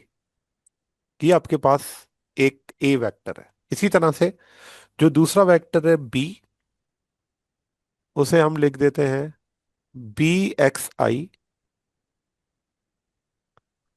B Y J and B Z K. तो ये आपके पास ए और बी दो वेक्टर्स हैं। अब इन दो वेक्टर्स को आपने क्या करना है, स्केलर प्रोडक्ट भी लेना है, वेक्टर प्रोडक्ट भी लेना है। तो सबसे पहले हम स्केलर प्रोडक्ट इसका निकाल लेते हैं। तो देखिए स्केलर प्रोडक्ट में हमने क्या किया, ए को बी से मल्टीप्लाई किया, डॉट प्रोडक्ट। तो ए वेक्टर की जगह ए की कंपोनेंट्स लिख दें तो वो कंपोनेंट है A X I, A Y J and A Z K. इसको आपने बी के साथ मल्टीप्लाई करना है, तो बी आपके पास है B X I, B Y J and B Z K. तो जब आप इसे मल्टीप्लाई करेंगे तो देखें जो सिमिलर सिमिलर वाले हैं ना, यानी कि ए एक्स आई और बी एक्स आई ये मल्टीप्लाई होंगे। इसी तरह ए वाई जे और बी वाई जे मल्टीप्लाई होंगे। और इसी तरह से ए जेड के और बी जेड के आपस में क्या होंगे, मल्टीप्लाई। और ऐसा क्यों है? क्योंकि ऊपर हम ये पढ़कर आए कि जो हमारे पास सिमिलर यूनिट वेक्टर्स होते हैं उनका आंसर क्या आता है, 1। और ऑपोजिट वाले जो हैं, जो ऑर्थोगोनल हैं, उनका आंसर क्या आता है, 0। इसलिए हमें मैथमेटिकली अगर ये बात कही जाए तो मल्टीप्लाई तो सभी को करना है, लेकिन हम सबको इसलिए नहीं मल्टीप्लाई कर रहे हैं क्योंकि आई डॉट जे का आंसर क्या होता है, 0। जे डॉट के का आंसर क्या होता है, 0। और के डॉट आई का आंसर क्या होता है, 0। तो इसलिए हमें सबको मल्टीप्लाई करने की ज़रूरत नहीं है। तो फिर हम फाइनली यहाँ पर क्या आंसर लिखते हैं, A dot B is equals to, तो ए एक्स और बी एक्स को जब मैं मल्टीप्लाई करता हूँ इन दोनों को, तो मेरे पास आंसर आ जाएगा ए एक्स बी एक्स। और जो आपके पास यूनिट वेक्टर है उसे मैं क्या लिख दूंगा, आई डॉट आई। और आई डॉट आई किसके बराबर है, 1 के। इसी तरह ए वाई बी वाई और जे डॉट जे। इसी तरह ए जेड बी जेड के डॉट के। तो आप देखें I dot I, J dot J and के डॉट के, ये सब किसके बराबर थे, 1 के। ठीक है ना, ये हम सिमिलर यूनिट वेक्टर्स में ये बात पढ़कर आए हैं।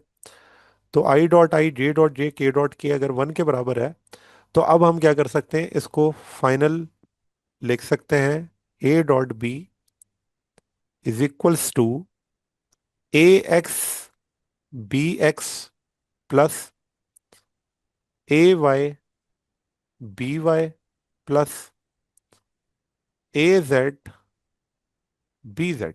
ठीक है। तो ये हमारे पास जो फैक्टर्स का स्केलर प्रोडक्ट रेक्टेंगुलर कंपोनेंट में आया है, ये इसका क्या हो गया, आंसर। अब इसी आंसर को और इसी चीज को अब हम क्या करते हैं, रेक्टेंगुलर कंपोनेंट को किस में सॉल्व करते हैं, क्रॉस प्रोडक्ट में। तो देखिए क्रॉस प्रोडक्ट में इसको सॉल्व करने के लिए हम चाहे तो इस तरह भी मल्टीप्लाई कर सकते हैं जिस तरह से ए क्रॉस बी, मैंने ए डॉट बी को किया है। लेकिन यहाँ पर आसान तरीका ये होता है कि हम इसका क्या कर लेते हैं, मैट्रिक्स बना लेते हैं। और फिर इसका डिटर्मिनेंट मेथड से इसे क्या करते हैं, सॉल्व करते हैं। तो लेट से मैं अगर इसका मैट्रिक्स बनाऊं तो किस तरह से बनाऊंगा, तो मैं लिखता हूं ए क्रॉस बी। तो ए को जब बी के साथ हम मल्टीप्लाई करते हैं तो यहाँ पे आपके पास जो मैट्रिक्स होगा, उस मैट्रिक्स को हम इन रेक्टेंगुलर कंपोनेंट्स के जरिए ही बनाते हैं। तो देखें, क्योंकि इन तीनों में, दोनों में देखें, ये आई है, ये जे है, ये के है। नीचे भी देखा जाए तो ये आई है, ये जे है और ये के है।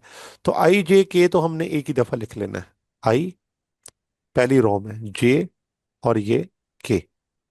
फिर जो आपके पास पहले वेक्टर है, पहला वेक्टर कौन है, ए, उस ए के कंपोनेंट क्या क्या हैं, तो वो कंपोनेंट हम यहाँ लिख लेंगे। तो वो कंपोनेंट आपके पास है A X, A Y, A Z. उसको आपने यहाँ पे लिख लेना, ए X, A Y, A Z. और फिर जो आपके पास तीसरा वेक्टर है, सॉरी दूसरा वेक्टर बी, उसके कंपोनेंट क्या है, बी एक्स बी वाई और बी जेड, उसको आपने यहाँ पर लिख लेना। तो वो आपके पास हो जाएगा B X B Y and B Z. ठीक है। अब इस वेक्टर को सॉल्व करने के लिए हम यूज करते हैं डिटर्मिनेंट मेथड। डिटर्मिनेंट मेथड क्या होता है कि आपने इस आई को सबसे पहले क्या करना है, ये आपके पास आई है, ठीक है ना, इस आई की कॉलम और इस आई की रॉ को छोड़ने के बाद जो एलिमेंट्स बचेंगे, उन एलिमेंट्स को आप क्या करेंगे, इस आई के साथ लिखेंगे। तो मैं यहां पर लिख देता हूं कि लेट से जब हम इसको मल्टीप्लाई कर रहे हैं तो ए क्रॉस बी, तो इसमें मैंने आपसे कहा था कि अगर मैंने इसको मल्टीप्लाई करना है, सबसे पहले आप ये करेंगे कि जो आई यूनिट वेक्टर है उसके सामने आप चार वेक्टर्स जो कि ए वाई बी जेड नज़र आ रहा है, इनको आप इसके सामने क्या कर देंगे, लिख देंगे। ठीक है, तो मैं लिख देता हूँ कि ये मेरे पास एक वेक्टर है आई, और इस आई वेक्टर के लिए मैं अगर इसके जो कंपोनेंट्स हैं इस मैट्रिक्स के, वो अगर मैं इसके सामने लिख दूं, तो वो क्या क्या है, तो वो है A Y, A Z, B Y and B Z. तो ये हमारे पास हो गया आई। इसी तरह से अगर हमने जे को लिखना है, तो अगला हमारे पास है जे, और जे के साथ हमेशा माइनस का साइन आता है। या तो हम ये कह लें कि हमारे जो साइन होते हैं पॉजिटिव नेगेटिव वो हमेशा ऑल्टरनेट में चलते हैं, या तो ये कह लें, या फिर ये कह लें कि आपके पास जे जो होगा वो हमेशा क्या होगा, नेगेटिव होगा। तो अब इस इक्वेशन को अगर मैं देखूं कि जे के कॉलम और रो को अगर आप छोड़ दें, तो आपके सामने जो मैट्रिक्स बनेगा वो क्या होगा। तो मैं यहाँ पे लिखता हूँ कि लेट से मेरे पास अब जे है, तो जे का जो कॉलम है, और रॉ रॉ तो चले आई जे के ही है, लेकिन इसकी जो कॉलम बनती है वो आपके पास ए वाई और बी वाई बनता है। तो आगे हमारे पास यहाँ पे जो जे के सामने आ जाएगा वो क्या होगा, A X, A Z, B X and B Z. ठीक है, तो मैंने किया क्या, मैंने ये जे वाला जो आपके पास कॉलम है इसको छोड़ दिया, और मैंने जो जे वाली रॉ है उसको मैंने क्या कर दिया, छोड़ दिया। इसके अलावा जो हमारे पास चार बचे elements A X A Z B X B Z, वो मैंने इसके सामने लिख दिए। इसी तरह से जो आपके पास तीसरा है वेक्टर, उसे हम यूनिट वेक्टर कहते हैं, वो है प्लस के। और इस प्लस के के सामने भी अगर आप देखें तो चार एलिमेंट्स होंगे, और उन चार एलिमेंट्स को हम किस तरह से लिख सकते हैं, तो देखें अगेन यहाँ पर वही आ जाएगा कि ये आपके पास जो है इसके एलिमेंट्स हो जाएंगे। तो देखें के का कॉलम और रॉ छोड़ दें, तो यहाँ आपके पास क्या बचेगा, ए X, A Y, B x और बी वाई। ठीक है ना। अब ये करने के बाद आप क्या करते हैं, इनको आपस में क्रॉस मल्टीप्लाई करते हैं। किस तरह से, ए वाई को बी जेड से मल्टीप्लाई करना है, बी वाई को ए जेड से मल्टीप्लाई करना है, और फार्मूले का यहाँ माइनस इस्तेमाल करना है। इसी तरह ए एक्स को बी जेड से मल्टीप्लाई करना है, बी एक्स को ए जेड से मल्टीप्लाई करना है, और फार्मूले का माइनस। इसी तरह ए एक्स को बी वाई से मल्टीप्लाई करना है, बी एक्स को ए वाई से मल्टीप्लाई करना है, फार्मूले का माइनस। तो जब हम करते हैं तो इसके बाद हमारे पास आंसर आ जाता है आई। ए वाई बी जेड से मल्टीप्लाई होगा तो हम लिखेंगे ए वाई बी जेड, फार्मूले का माइनस, फिर बी वाई ए जेड। ठीक है ना। इसी तरह से माइनस जे, तो A X B Z, A X B Z minus B X A Z, फिर इसी तरह प्लस के, तो A X B Y, A X B Y, और यहाँ पे आपके पास आ जाएगा माइनस, और A Y B X, A Y B X. तो ये हमारे पास आ गया कि जब आप क्रॉस मल्टीप्लाई करते हैं या वेक्टर प्रोडक्ट ले रहे होते हैं, तो उस वेक्टर प्रोडक्ट में आप इस तरह क्या करते हैं, डिटर्मिनेंट मेथड के जरिए इस क्रॉस प्रोडक्ट को सॉल्व करते हैं। और आप देखें इसका जो आंसर आएगा वो आई जे की फॉर्म में आएगा। देखें यहाँ पर आपके पास आई है, ये जे है और ये के है। तो अगर आई जे की फॉर्म में आ रहा है, इसका मतलब तो हमें दो वेक्टर्स को मल्टीप्लाई करने से तीसरा वेक्टर मिल गया ना। तो वो आपके पास है A cross B is equals to, तो ये आपके पास लेट से तीसरा वेक्टर कौन है, सी। तो इस तरह से हम रेक्टेंगुलर कंपोनेंट में क्या करते हैं, वेक्टर्स को सॉल्व करते हैं। अब मैं आपको एक एग्जांपल के जरिए इसे सॉल्व करके दिखा देता हूँ कि अगर हमें इसको एग्जांपल के जरिए सॉल्व करना हो कि लेट से मेरे पास जो कंपोनेंट है वो किसी नंबर्स या न्यूमेरिक्स जो वैल्यूज हैं उसमें गिवन हो। ठीक है ना। तो हम उसे सॉल्व कर लेते हैं। लेट से मेरे पास एक वेक्टर है ए, ठीक है, और उस वेक्टर की वैल्यू है 18i। तो मैं कोई भी रैंडम आपके पास रेक्टेंगुलर वेक्टर्स ले लेता हूँ।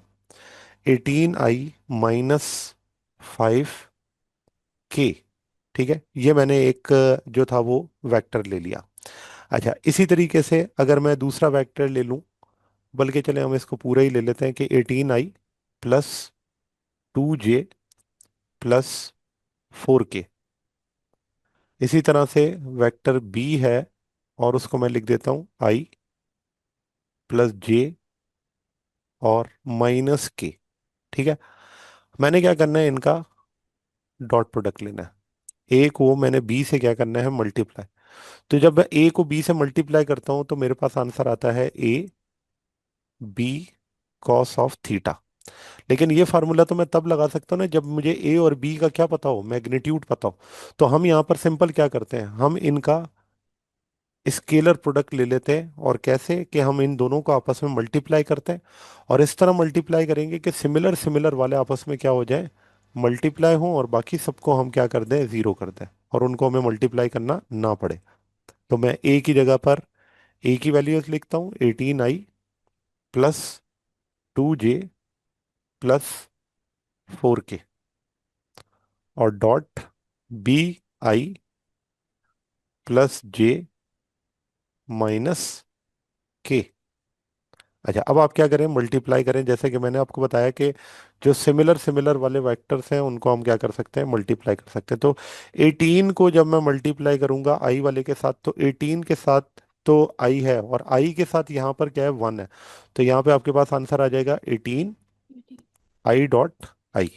ठीक है ना, क्योंकि यहाँ पर भी आई है और यहाँ भी आई है, इसको मैंने दरमियान में क्या मौजूद है, डॉट, उसके साथ ही लिख दिया। फिर प्लस का 2 और प्लस का जे, तो ये हो जाएगा प्लस का 2 × 1 = 2, j.j। और इसी तरह से जब मैं 4k को -k से मल्टीप्लाई करूंगा, तो प्लस माइनस माइनस, 4 × 1 = 4, और k.k। अब आप जानते हैं कि i.i, k.k और j.j जो है वो किसके बराबर होते हैं, 1 के। तो हम लिखते हैं i.i, j.j, k.k, ये सब 1 के बराबर है। तो अगर ये सब 1 के बराबर है, तो फिर हम यहाँ पे लिख सकते हैं कि जो a.b है, a.b वो किसके बराबर हो जाएगा, 18 + 2 - 4। ठीक है, तो यहाँ से आपके पास जो आंसर आ जाएगा, 18 + 2 = 20 -4 16। ठीक है, तो ये आपके पास a.b का प्रोडक्ट आ गया, जो कि in terms of rectangular coordinates है। अब ये जो भी वैल्यू होगी उसकी यूनिट हम इसके साथ क्या कर देंगे, 16 यूनिट्स मैंने लिख दिया।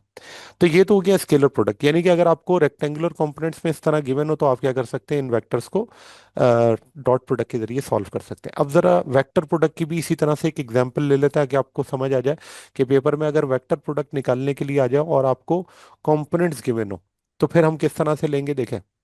लेट से मेरे पास एक वेक्टर है एफ। तो हम यहाँ पे लिख लेते हैं, एक वेक्टर मेरे पास है एफ, और उस एफ वेक्टर की जो वैल्यू है वो है 5i -10j और +2k। तो ये मेरे पास क्या आ गया, कि फोर्स गिवन है और ये न्यूटन में है।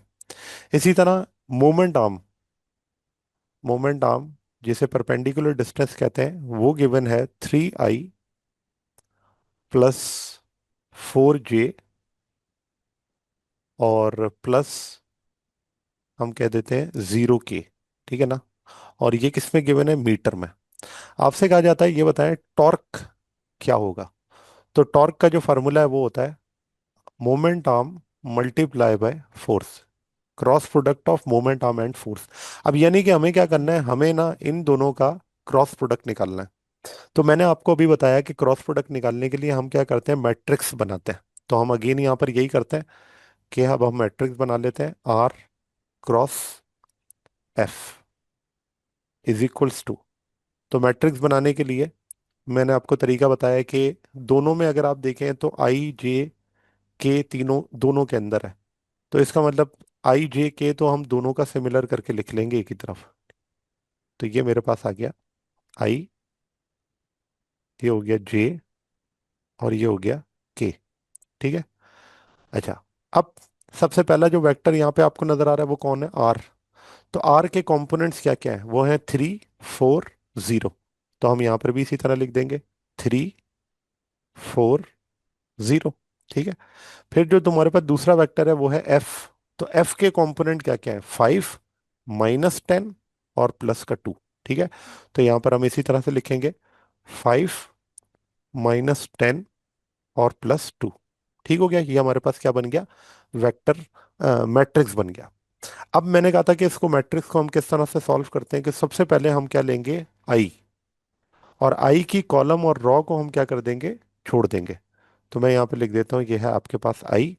और इसकी अगर रॉ और कॉलम हम छोड़ दें, कि आई की हमारे पास रॉ ये है और आई का कॉलम ये है, इसको छोड़ने के बाद हमारे पास जो एलिमेंट बचते हैं वो चार हैं, 4 0 -10 और 2। तो मैं यहाँ पर अगर लिखूं तो मैं इसी तरह लिख सकता हूँ कि ये आपके पास हो जाएगा 4, ये हो जाएगा 0, ये हो जाएगा -10 और ये हो जाएगा 2। ठीक है। अच्छा, इसके बाद फिर हमारे पास क्या आता है? जे। मैंने कहा था जे हमेशा क्या लेते हैं? माइनस में। तो ये जे माइनस में आ गया। अब अगर हम देखें तो जे के कॉलम और रॉ को छोड़ दें तो मुझे बताएंगे कौन कौन से एलिमेंट लिखे जाएंगे सामने? J. Okay. 3052. यस, 3 0 5 2। इसी तरह जब मैं के एलिमेंट्स लिखूंगा तो के एलिमेंट्स कौन कौन से होंगे? 345 -10. यस, 3 4 5 -10। ठीक है।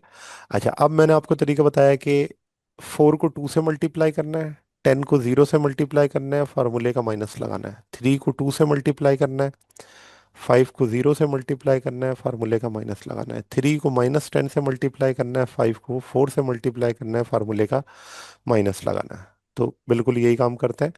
हमारे पास है आई, 4 2 ज़ा 8, फार्मूले का माइनस, और 10 0 ज़ा 0, तो ये आपके पास 0 आ गया, -j, 3 2 ज़ा 6, फार्मूले का माइनस, 5 0 ज़ा 0, +k, 3 10 ज़ा 30, माइनस का, फार्मूले का माइनस, 5 4 ज़ा 20, और वो 20 माइनस, यहाँ पर आपके पास आ गया 5 4 ज़ा 20। ये माइनस माइनस एंड में क्या हो जाएगा? प्लस।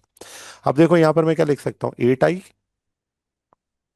-6j, और ये माइनस माइनस प्लस हो जाएगा, तो इसे हम क्या लिखेंगे? माइनस का 50k।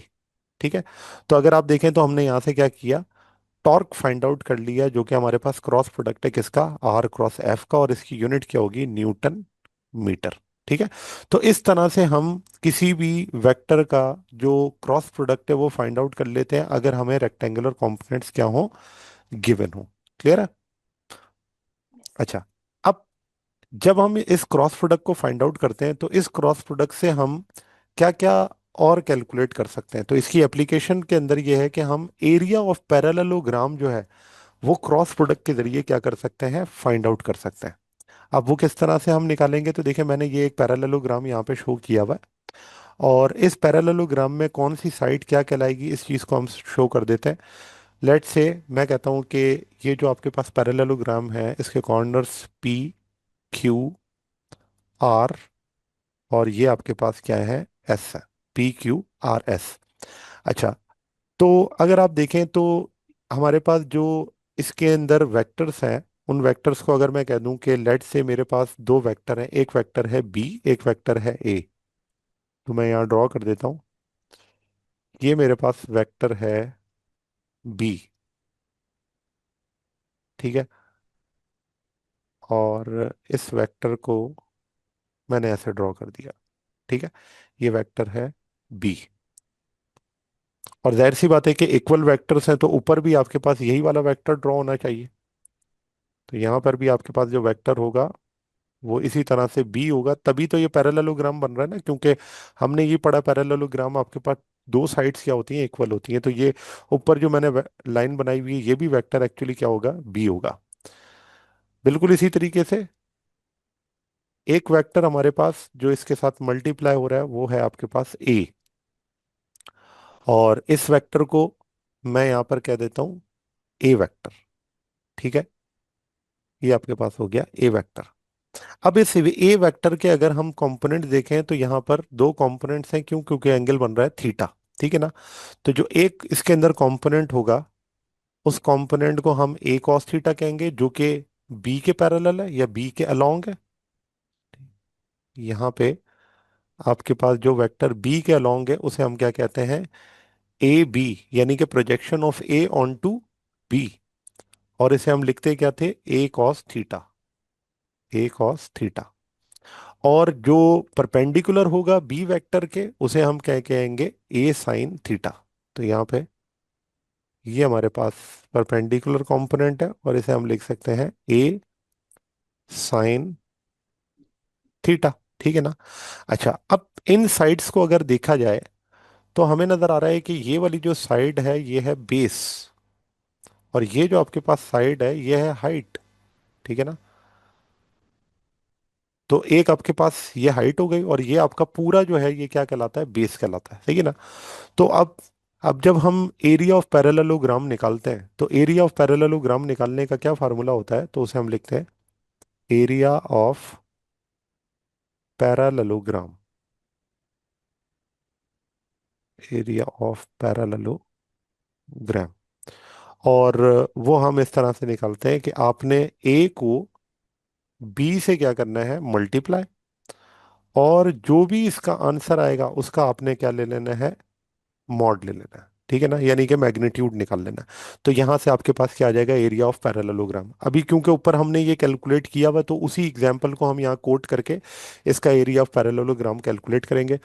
इसी तरह से अगर मुझे एरिया ऑफ ट्राइंगल निकालना हो, एरिया ऑफ ट्राइंगल, तो एरिया ऑफ ट्राइंगल निकालने के लिए हम क्या करते हैं कि जो आपके पास एरिया ऑफ पैरेललोग्राम है उसको हम टू से क्या कर देते हैं? डिवाइड। तो यहाँ पर आपके पास हो जाएगा हाफ, और ये हो जाएगा ए क्रॉस बी।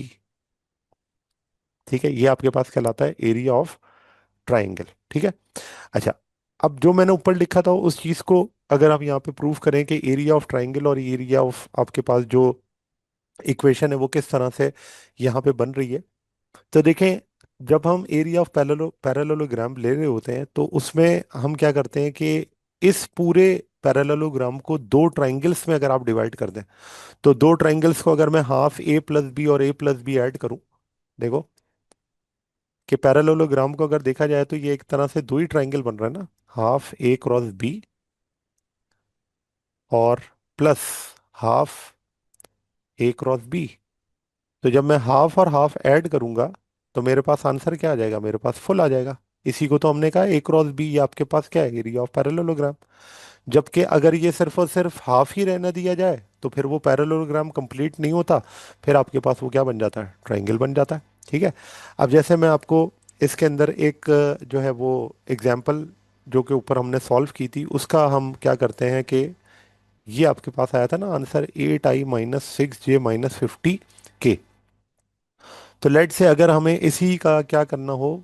मैग्नीट्यूड लेना हो, क्योंकि हमने इसके अंदर क्रॉस प्रोडक्ट तो निकाल लिया था, तो इसका हम किस तरह से जो है वो क्रॉस मैग्नीट्यूड ले सकते हैं? 8i-6j-50 के। तो ये आपके ए क्रॉस बी का मैग्नीट्यूड आपने निकालना है। ठीक है। तो हमारे पास जो आंसर आया उस आंसर का आपने क्या करना है? रूट में। तो ये आपके पास है 8 का स्क्वायर प्लस -6 का स्क्वायर प्लस -50 का स्क्वायर। ठीक है। क्योंकि हमारे पास जो आंसर था वो ये था 8i-6j-50 के। ठीक है ना? ये हमारे पास वो आंसर आया हुआ था जो कि क्रॉस प्रोडक्ट का था, किसका? आर क्रॉस एफ का। आर क्रॉस एफ का आंसर हमने ये ऊपर निकाला हुआ है। ठीक है।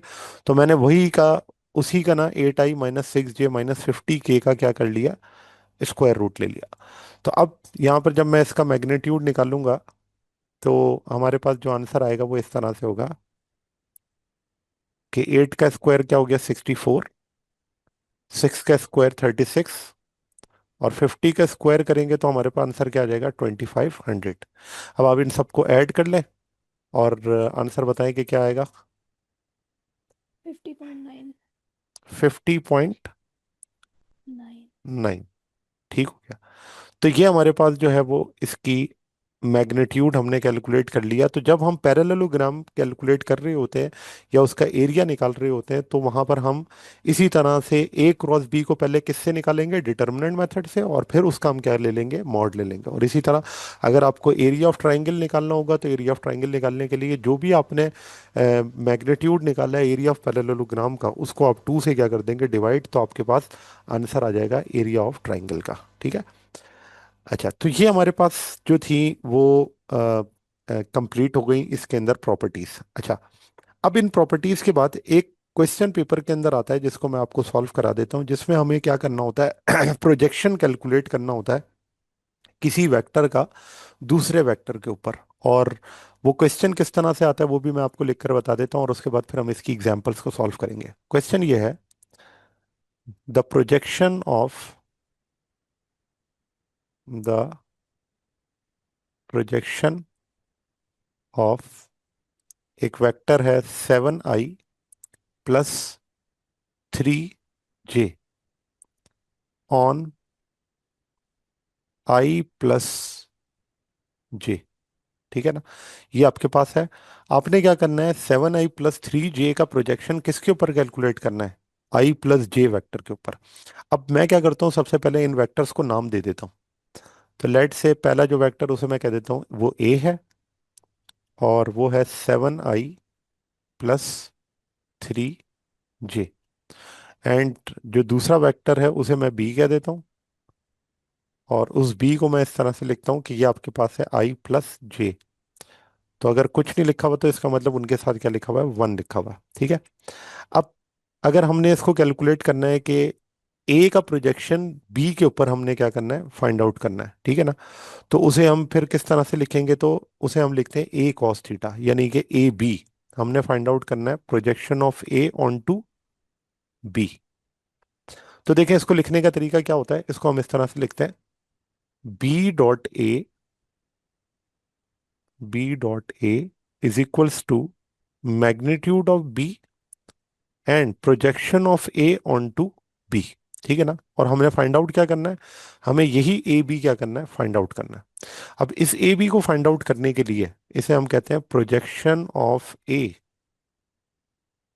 Projection of A on B.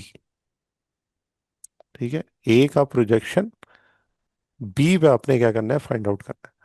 तो जब मैं इस ए बी को फाइंड आउट करूंगा, तो ये आपके पास आ जाएगा a.b divided by mod of B. सही है। अच्छा चलें, अब इसको कैसे सॉल्व करेंगे, तो a.b तो हम वही रेक्टेंगुलर कंपोनेंट के जरिए क्या करेंगे, इनका प्रोडक्ट ले लेंगे। तो a की जगह a के कंपोनेंट लिख दें, और वो क्या है, 7i + 3J. 3j dot i + j, और डिवाइडेड बाय, देखें बी का प्रोजेक्शन आपने, सॉरी बी का आपने पहले क्या करना है, मैग्नीट्यूड लेना है। तो बी का मैग्नीट्यूड अगर मैं यहाँ पे निकाल लूँ, तो बी को हम मॉड में लिखकर और इसका क्या ले लेते हैं, रूट में। तो 1 का स्क्वायर और 1 का स्क्वायर, तो ये आपके पास क्या हो जाएगा, √2। ठीक है, तो यहाँ पर आप लिख देंगे √2। अच्छा, अब इसको मल्टीप्लाई करें, तो देखें हमने सिमिलर सिमिलर वालों को मल्टीप्लाई करना होता है, ठीक है ना। इसी तरह 3j को j से मल्टीप्लाई करना होता है। तो जब मैं मल्टीप्लाई करूंगा 7i.i, और i.i किसके बराबर है, 1 के। और इसी तरह से 3 × 1 = 3, j.j, और j.j भी 1 के बराबर है, डिवाइडेड बाय √2, डिवाइडेड बाय √2। तो 7 × 1 = 7 +3। तो यहाँ पर आपके पास projection of A on to B क्या आ गया, तो हम लिखेंगे 7 + 3 डिवाइडेड बाय √2, और आंसर आपके पास फाइनली क्या आ गया, 10 √2। ठीक है। इसे हम कहते हैं projection of A on to B. अब देखें, अगर फॉर एग्जांपल आपको इसका क्वेश्चन उल्टा पूछ लिया जाए कि आपको कहा जाता है कि projection of B on to A निकाले, तो सिर्फ सिंपल आपने फिर क्या करना था, इस फार्मूले में चेंजेस। फिर आप इस तरह से लिखते ए डॉट बी, और इसमें ए डॉट बी और बी डॉट ए को चेंज करने से फर्क कोई नहीं पड़ेगा, क्योंकि आप जानते हैं कि प्रोडक्ट के अंदर ये आंसर सेम ही आता है। ठीक है, लेकिन मैंने यस। इसलिए अरेंजमेंट चेंज किए ताकि आपको ये पता चल जाए कि आपने पहले मैग्नीट्यूड किसका लिखना है। जो पहला वेक्टर है ए, उसका मैग्नीट्यूड लिखना है। और बी वेक्टर को आप कैसे लिखोगे, बी ए, इसे हम कहते हैं projection of B on to A. तो आपने अब क्या फाइंड आउट करना है, आपने फाइंड आउट करना है बी ए। तो आप यहाँ पर लिखेंगे ए डॉट बी, ठीक है, और इसको डिवाइड करेंगे मैग्नीट्यूड ऑफ ए से। तो आप देखें एज सच कोई चेंज नहीं आएगा, ए डॉट बी का आंसर भी क्या आना चाहिए, 10 ही आना चाहिए। ठीक है ना, क्योंकि बी डॉट ए का और ए डॉट बी का आंसर सेम होता है। सिर्फ फर्क क्या आएगा, अब ए का आपने क्या करना है, ए का मैग्नीट्यूड लेके इससे डिवाइड कर देना है। तो अगर मैं यहाँ पर ए का मैग्नीट्यूड ले लूँ, तो वो मैग्नीट्यूड क्या आ जाएगा, 7 का स्क्वायर है 49, मैं अब डायरेक्ट कर रहा हूँ, और 3 का स्क्वायर क्या है 9, 49 प्लस 9 क्या हो जाएगा, तो ये आपके पास हो जाएगा 58। तो यहाँ पर आपने क्या कर देना, √58। तो ये आपके पास आ गया projection of B on to A. ठीक है ना। तो एज सच प्रोजेक्शन जो है वो कैलकुलेट करने के लिए जब आए तो इतनी इसमें जो है वो प्रॉब्लम नहीं होनी चाहिए, क्योंकि आसान होता है प्रोजेक्शन निकालना। बस आपको आइडिया होना चाहिए कि किसका प्रोजेक्शन किस पे निकाला जा रहा है, तो किसका मॉड लिखना है और किसका जो आपके पास वेक्टर है उसको हमने डॉट प्रोडक्ट लेना है। ठीक है। यस। अच्छा, अब इसकी एग्जांपल जरा कर लेते हैं जो कि आपकी बुक के अंदर मौजूद है। Example of scalar product. तो देखिए, find the power delivered by engine for attaining velocity 3-4 metre per second while it exerts a force of 8 - 2 newton. ये आपको गिवन है। अब देखें इसमें क्या है कि जो वेलोसिटी है, उस वेलोसिटी को मैं इस तरह लिख लेता हूँ आई जे के की फॉर्म में। तो ये हो जाएगा 3I + 4J। ठीक है, और मीटर पर सेकंड के अंदर गिवन है, ये आपके पास हो गया मीटर पर सेकंड। एंड जो आपके पास फोर्स है वो क्या गिवन है, फोर्स = 8I और -2J। और ये फोर्स गिवन है किसमें, न्यूटन में। आपसे कहते हैं find the power delivered by the engine. तो देखिए, जो पावर होती है ना, पावर, वो डॉट प्रोडक्ट होता है किसका, फोर्स इनटू वेलोसिटी का। Power is the dot product of force into velocity. तो मैंने क्या करना है, फोर्स की जगह फोर्स के कंपोनेंट लिखने हैं। तो ये हो जाएगा 8I - 2J डॉट, और V क्या है, 3I + 4J। ठीक है। अब आप क्या करेंगे, इनको आपस में मल्टीप्लाई करेंगे। तो सिमिलर सिमिलर वाले मैंने कहा था मल्टीप्लाई होते हैं, 8I 3I से मल्टीप्लाई होगा, जो माइनस का 2J है 4J से मल्टीप्लाई होगा। तो यहाँ पे आपके पास आ जाएगा 8 3 = 24। और आई डॉट आई अब मैं नहीं लिख रहा हूँ क्योंकि आपको बार बार बताया जा चुका है। माइनस प्लस माइनस 2 4 क्या हो जाएगा 8।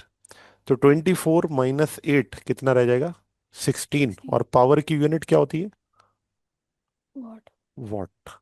तो यहाँ पे आपके पास आंसर आ गया 16 वॉट। ये आपके पास इसकी क्या हो गई, पावर हो गई। ठीक है। तो इसके अंदर हमने क्या किया, रेक्टेंगुलर कंपोनेंट की जो प्रॉपर्टी पड़ी थी उस प्रॉपर्टी को हमने यहाँ पे क्या कर लिया, सॉल्व कर लिया। अच्छा जी। इसका असाइनमेंट है कि if vector A 5I + J and B 2I + 4J, then find projection of A on B. अभी मैंने आपको बताया, और projection of B on A. तो आपने ये क्या करना है, दोनों प्रोजेक्शन कैलकुलेट करना है। तो बहुत सिंपल है। अब इसको इसी तरह से करेंगे कि आपके पास वेक्टर है ए, ठीक है, और वो है 5I + J। तो हम फर्स्ट पार्ट इसका सॉल्व करते हैं पहले। और फर्स्ट पार्ट में projection of A on B, इसको हम साइमल्टेनियसली साथ साथ सॉल्व करेंगे। तो टाइम इस तरह से है कि ए ऑन बी, तो ए ऑन बी, ये हमने क्या करना है, फाइंड आउट। तो जब हमने ये फाइंड आउट करना होता है तो हम इसको इस तरह से लिखते हैं कि बी डॉट ए = और इसमें मैग्नीट्यूड ऑफ बी पहले आ जाता है और ए बी बाद में आ जाता है। इस ए बी को मैंने फाइंड आउट करना है। तो मेरे पास फार्मूला बन जाएगा B dot A divided by magnitude of B. ठीक। ठीक है, तो अब हम इसको सॉल्व करते हैं। A B is equals to, तो बी की जगह पे आपके पास आ जाएगा 2i plus four plus G. 4j dot A की जगह आ जाएगा 5i प्लस प्लस थ्री। जे। और आपने इसको डिवाइड कर देना है मैग्नीट्यूड ऑफ बी से। तो अगर हम बी का मैग्नीट्यूड कैलकुलेट कर लें अलग से, तो देखें यहां पर हम इसको अलग अलग से सॉल्व कर लेते हैं कि ए का मैग्नीट्यूड क्या होगा।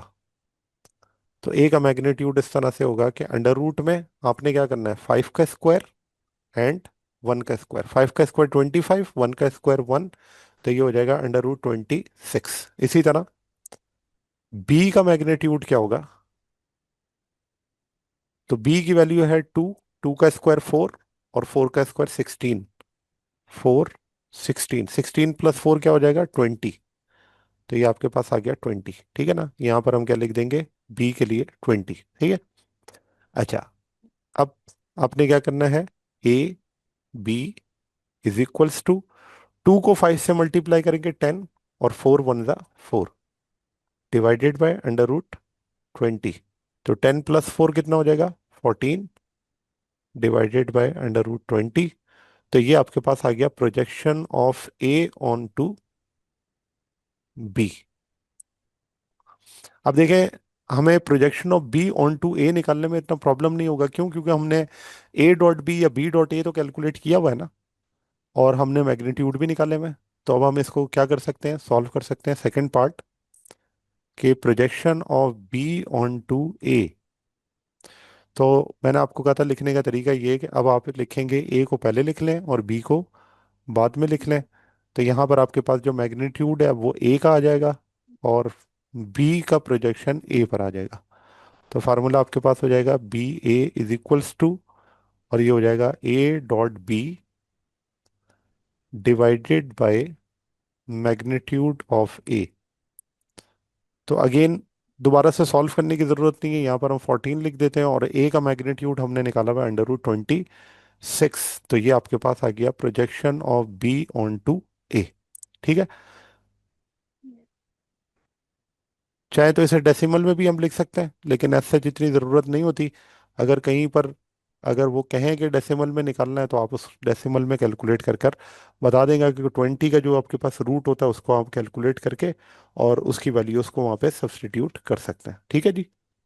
अच्छा, अब तो इसको मैं ऐसे भी लिखूँ तो काफी होगा। हाँ, इस तरह भी लिखे तो काफ़ी होगा। वजह क्या है ना, देखें अगर तो फॉर एग्जांपल यहाँ पर अंडर रूट में आता 16, तो अब 16 का तो रूट निकल सकता है ना 4।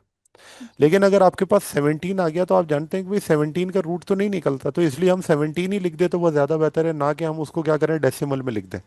या अगर जैसे जी। अब 26 है तो 26 का रूट नहीं निकलता।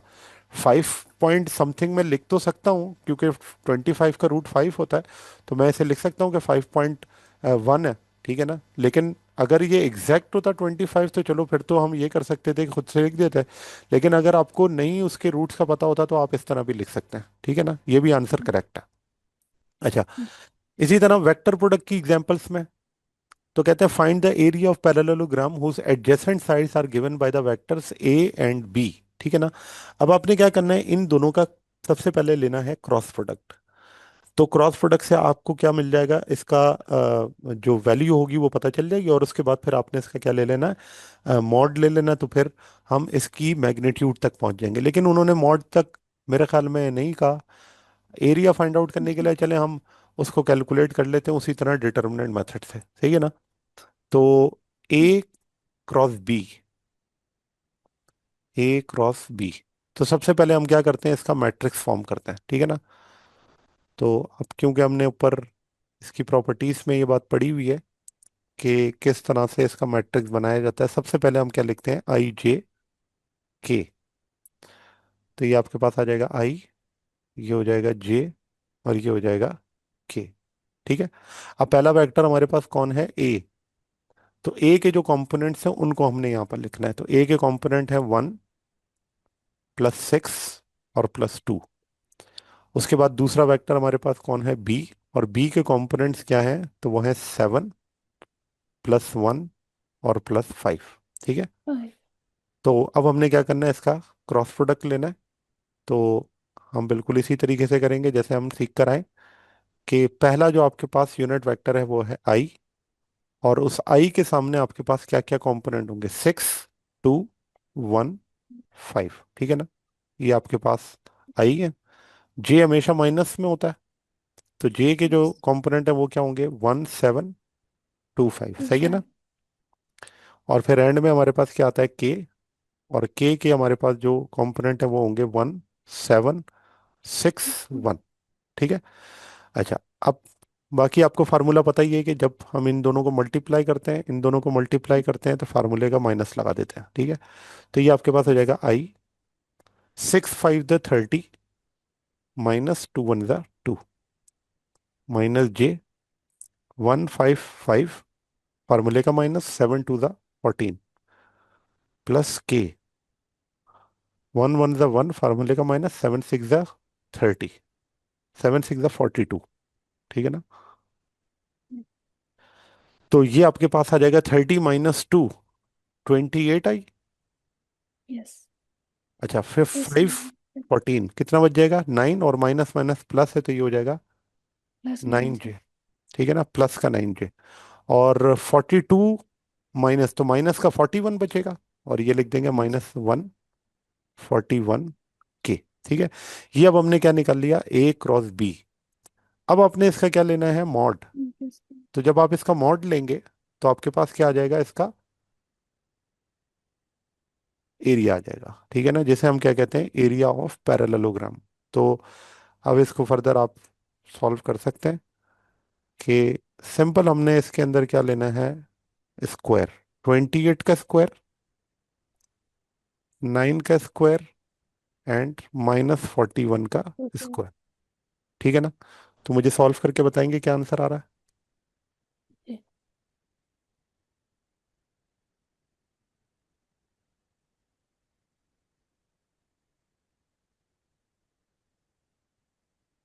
50.5। 50.5। 5। ठीक हो गया। तो ये हमारे पास है एरिया ऑफ पैरेललोग्राम, जिसको हमने किस में लिख दिया, मीटर स्क्वायर के अंदर, क्योंकि दो आपके पास लेंथ है, मल्टीप्लाई होंगी तो यही आपके पास क्या आएगा, इसका आंसर आएगा। ठीक है। चलिए लास्ट जी। क्वेश्चन असाइनमेंट देख लेते हैं। कहते हैं two vectors A and be having magnitude 3.2 units and 5.2 units respectively making an angle of 60 degree with each other, what is the magnitude of their cross product. तो आपने क्या करना है, क्रॉस प्रोडक्ट का मैग्नीट्यूड निकालना है। इसका मतलब A × B का जो मैग्नीट्यूड होता है वो बराबर होता है AB sin θ के। AB sin θ। सही है। तो अब आपको ए पता है 3.2, बी पता है 5.2, एंगल पता है, पुट करें आंसर आ जाएगा। ठीक है ना। तो क्योंकि टाइम क्लोज हो रहा है तो इसलिए मैं कर रहा हूँ, लेकिन ये है कि आपको पता होना चाहिए।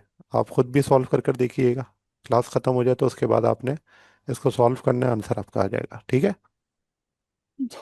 तो ये आपके पास हो गया sin θ की जगह sin 60। अब आप इसे सॉल्व कर लें, क्या आंसर आएगा। जी स्टूडेंट्स, तो ये था आज का हमारा टॉपिक। उम्मीद है आपको टॉपिक समझ आया होगा। अगर आप नबील्स ऑर्बिट में रहना चाहते हैं तो सब्सक्राइब करें, और नई आने वाली वीडियोस के लिए बेल आइकन प्रेस करें। Thank you very much. अल्लाह हाफिज़।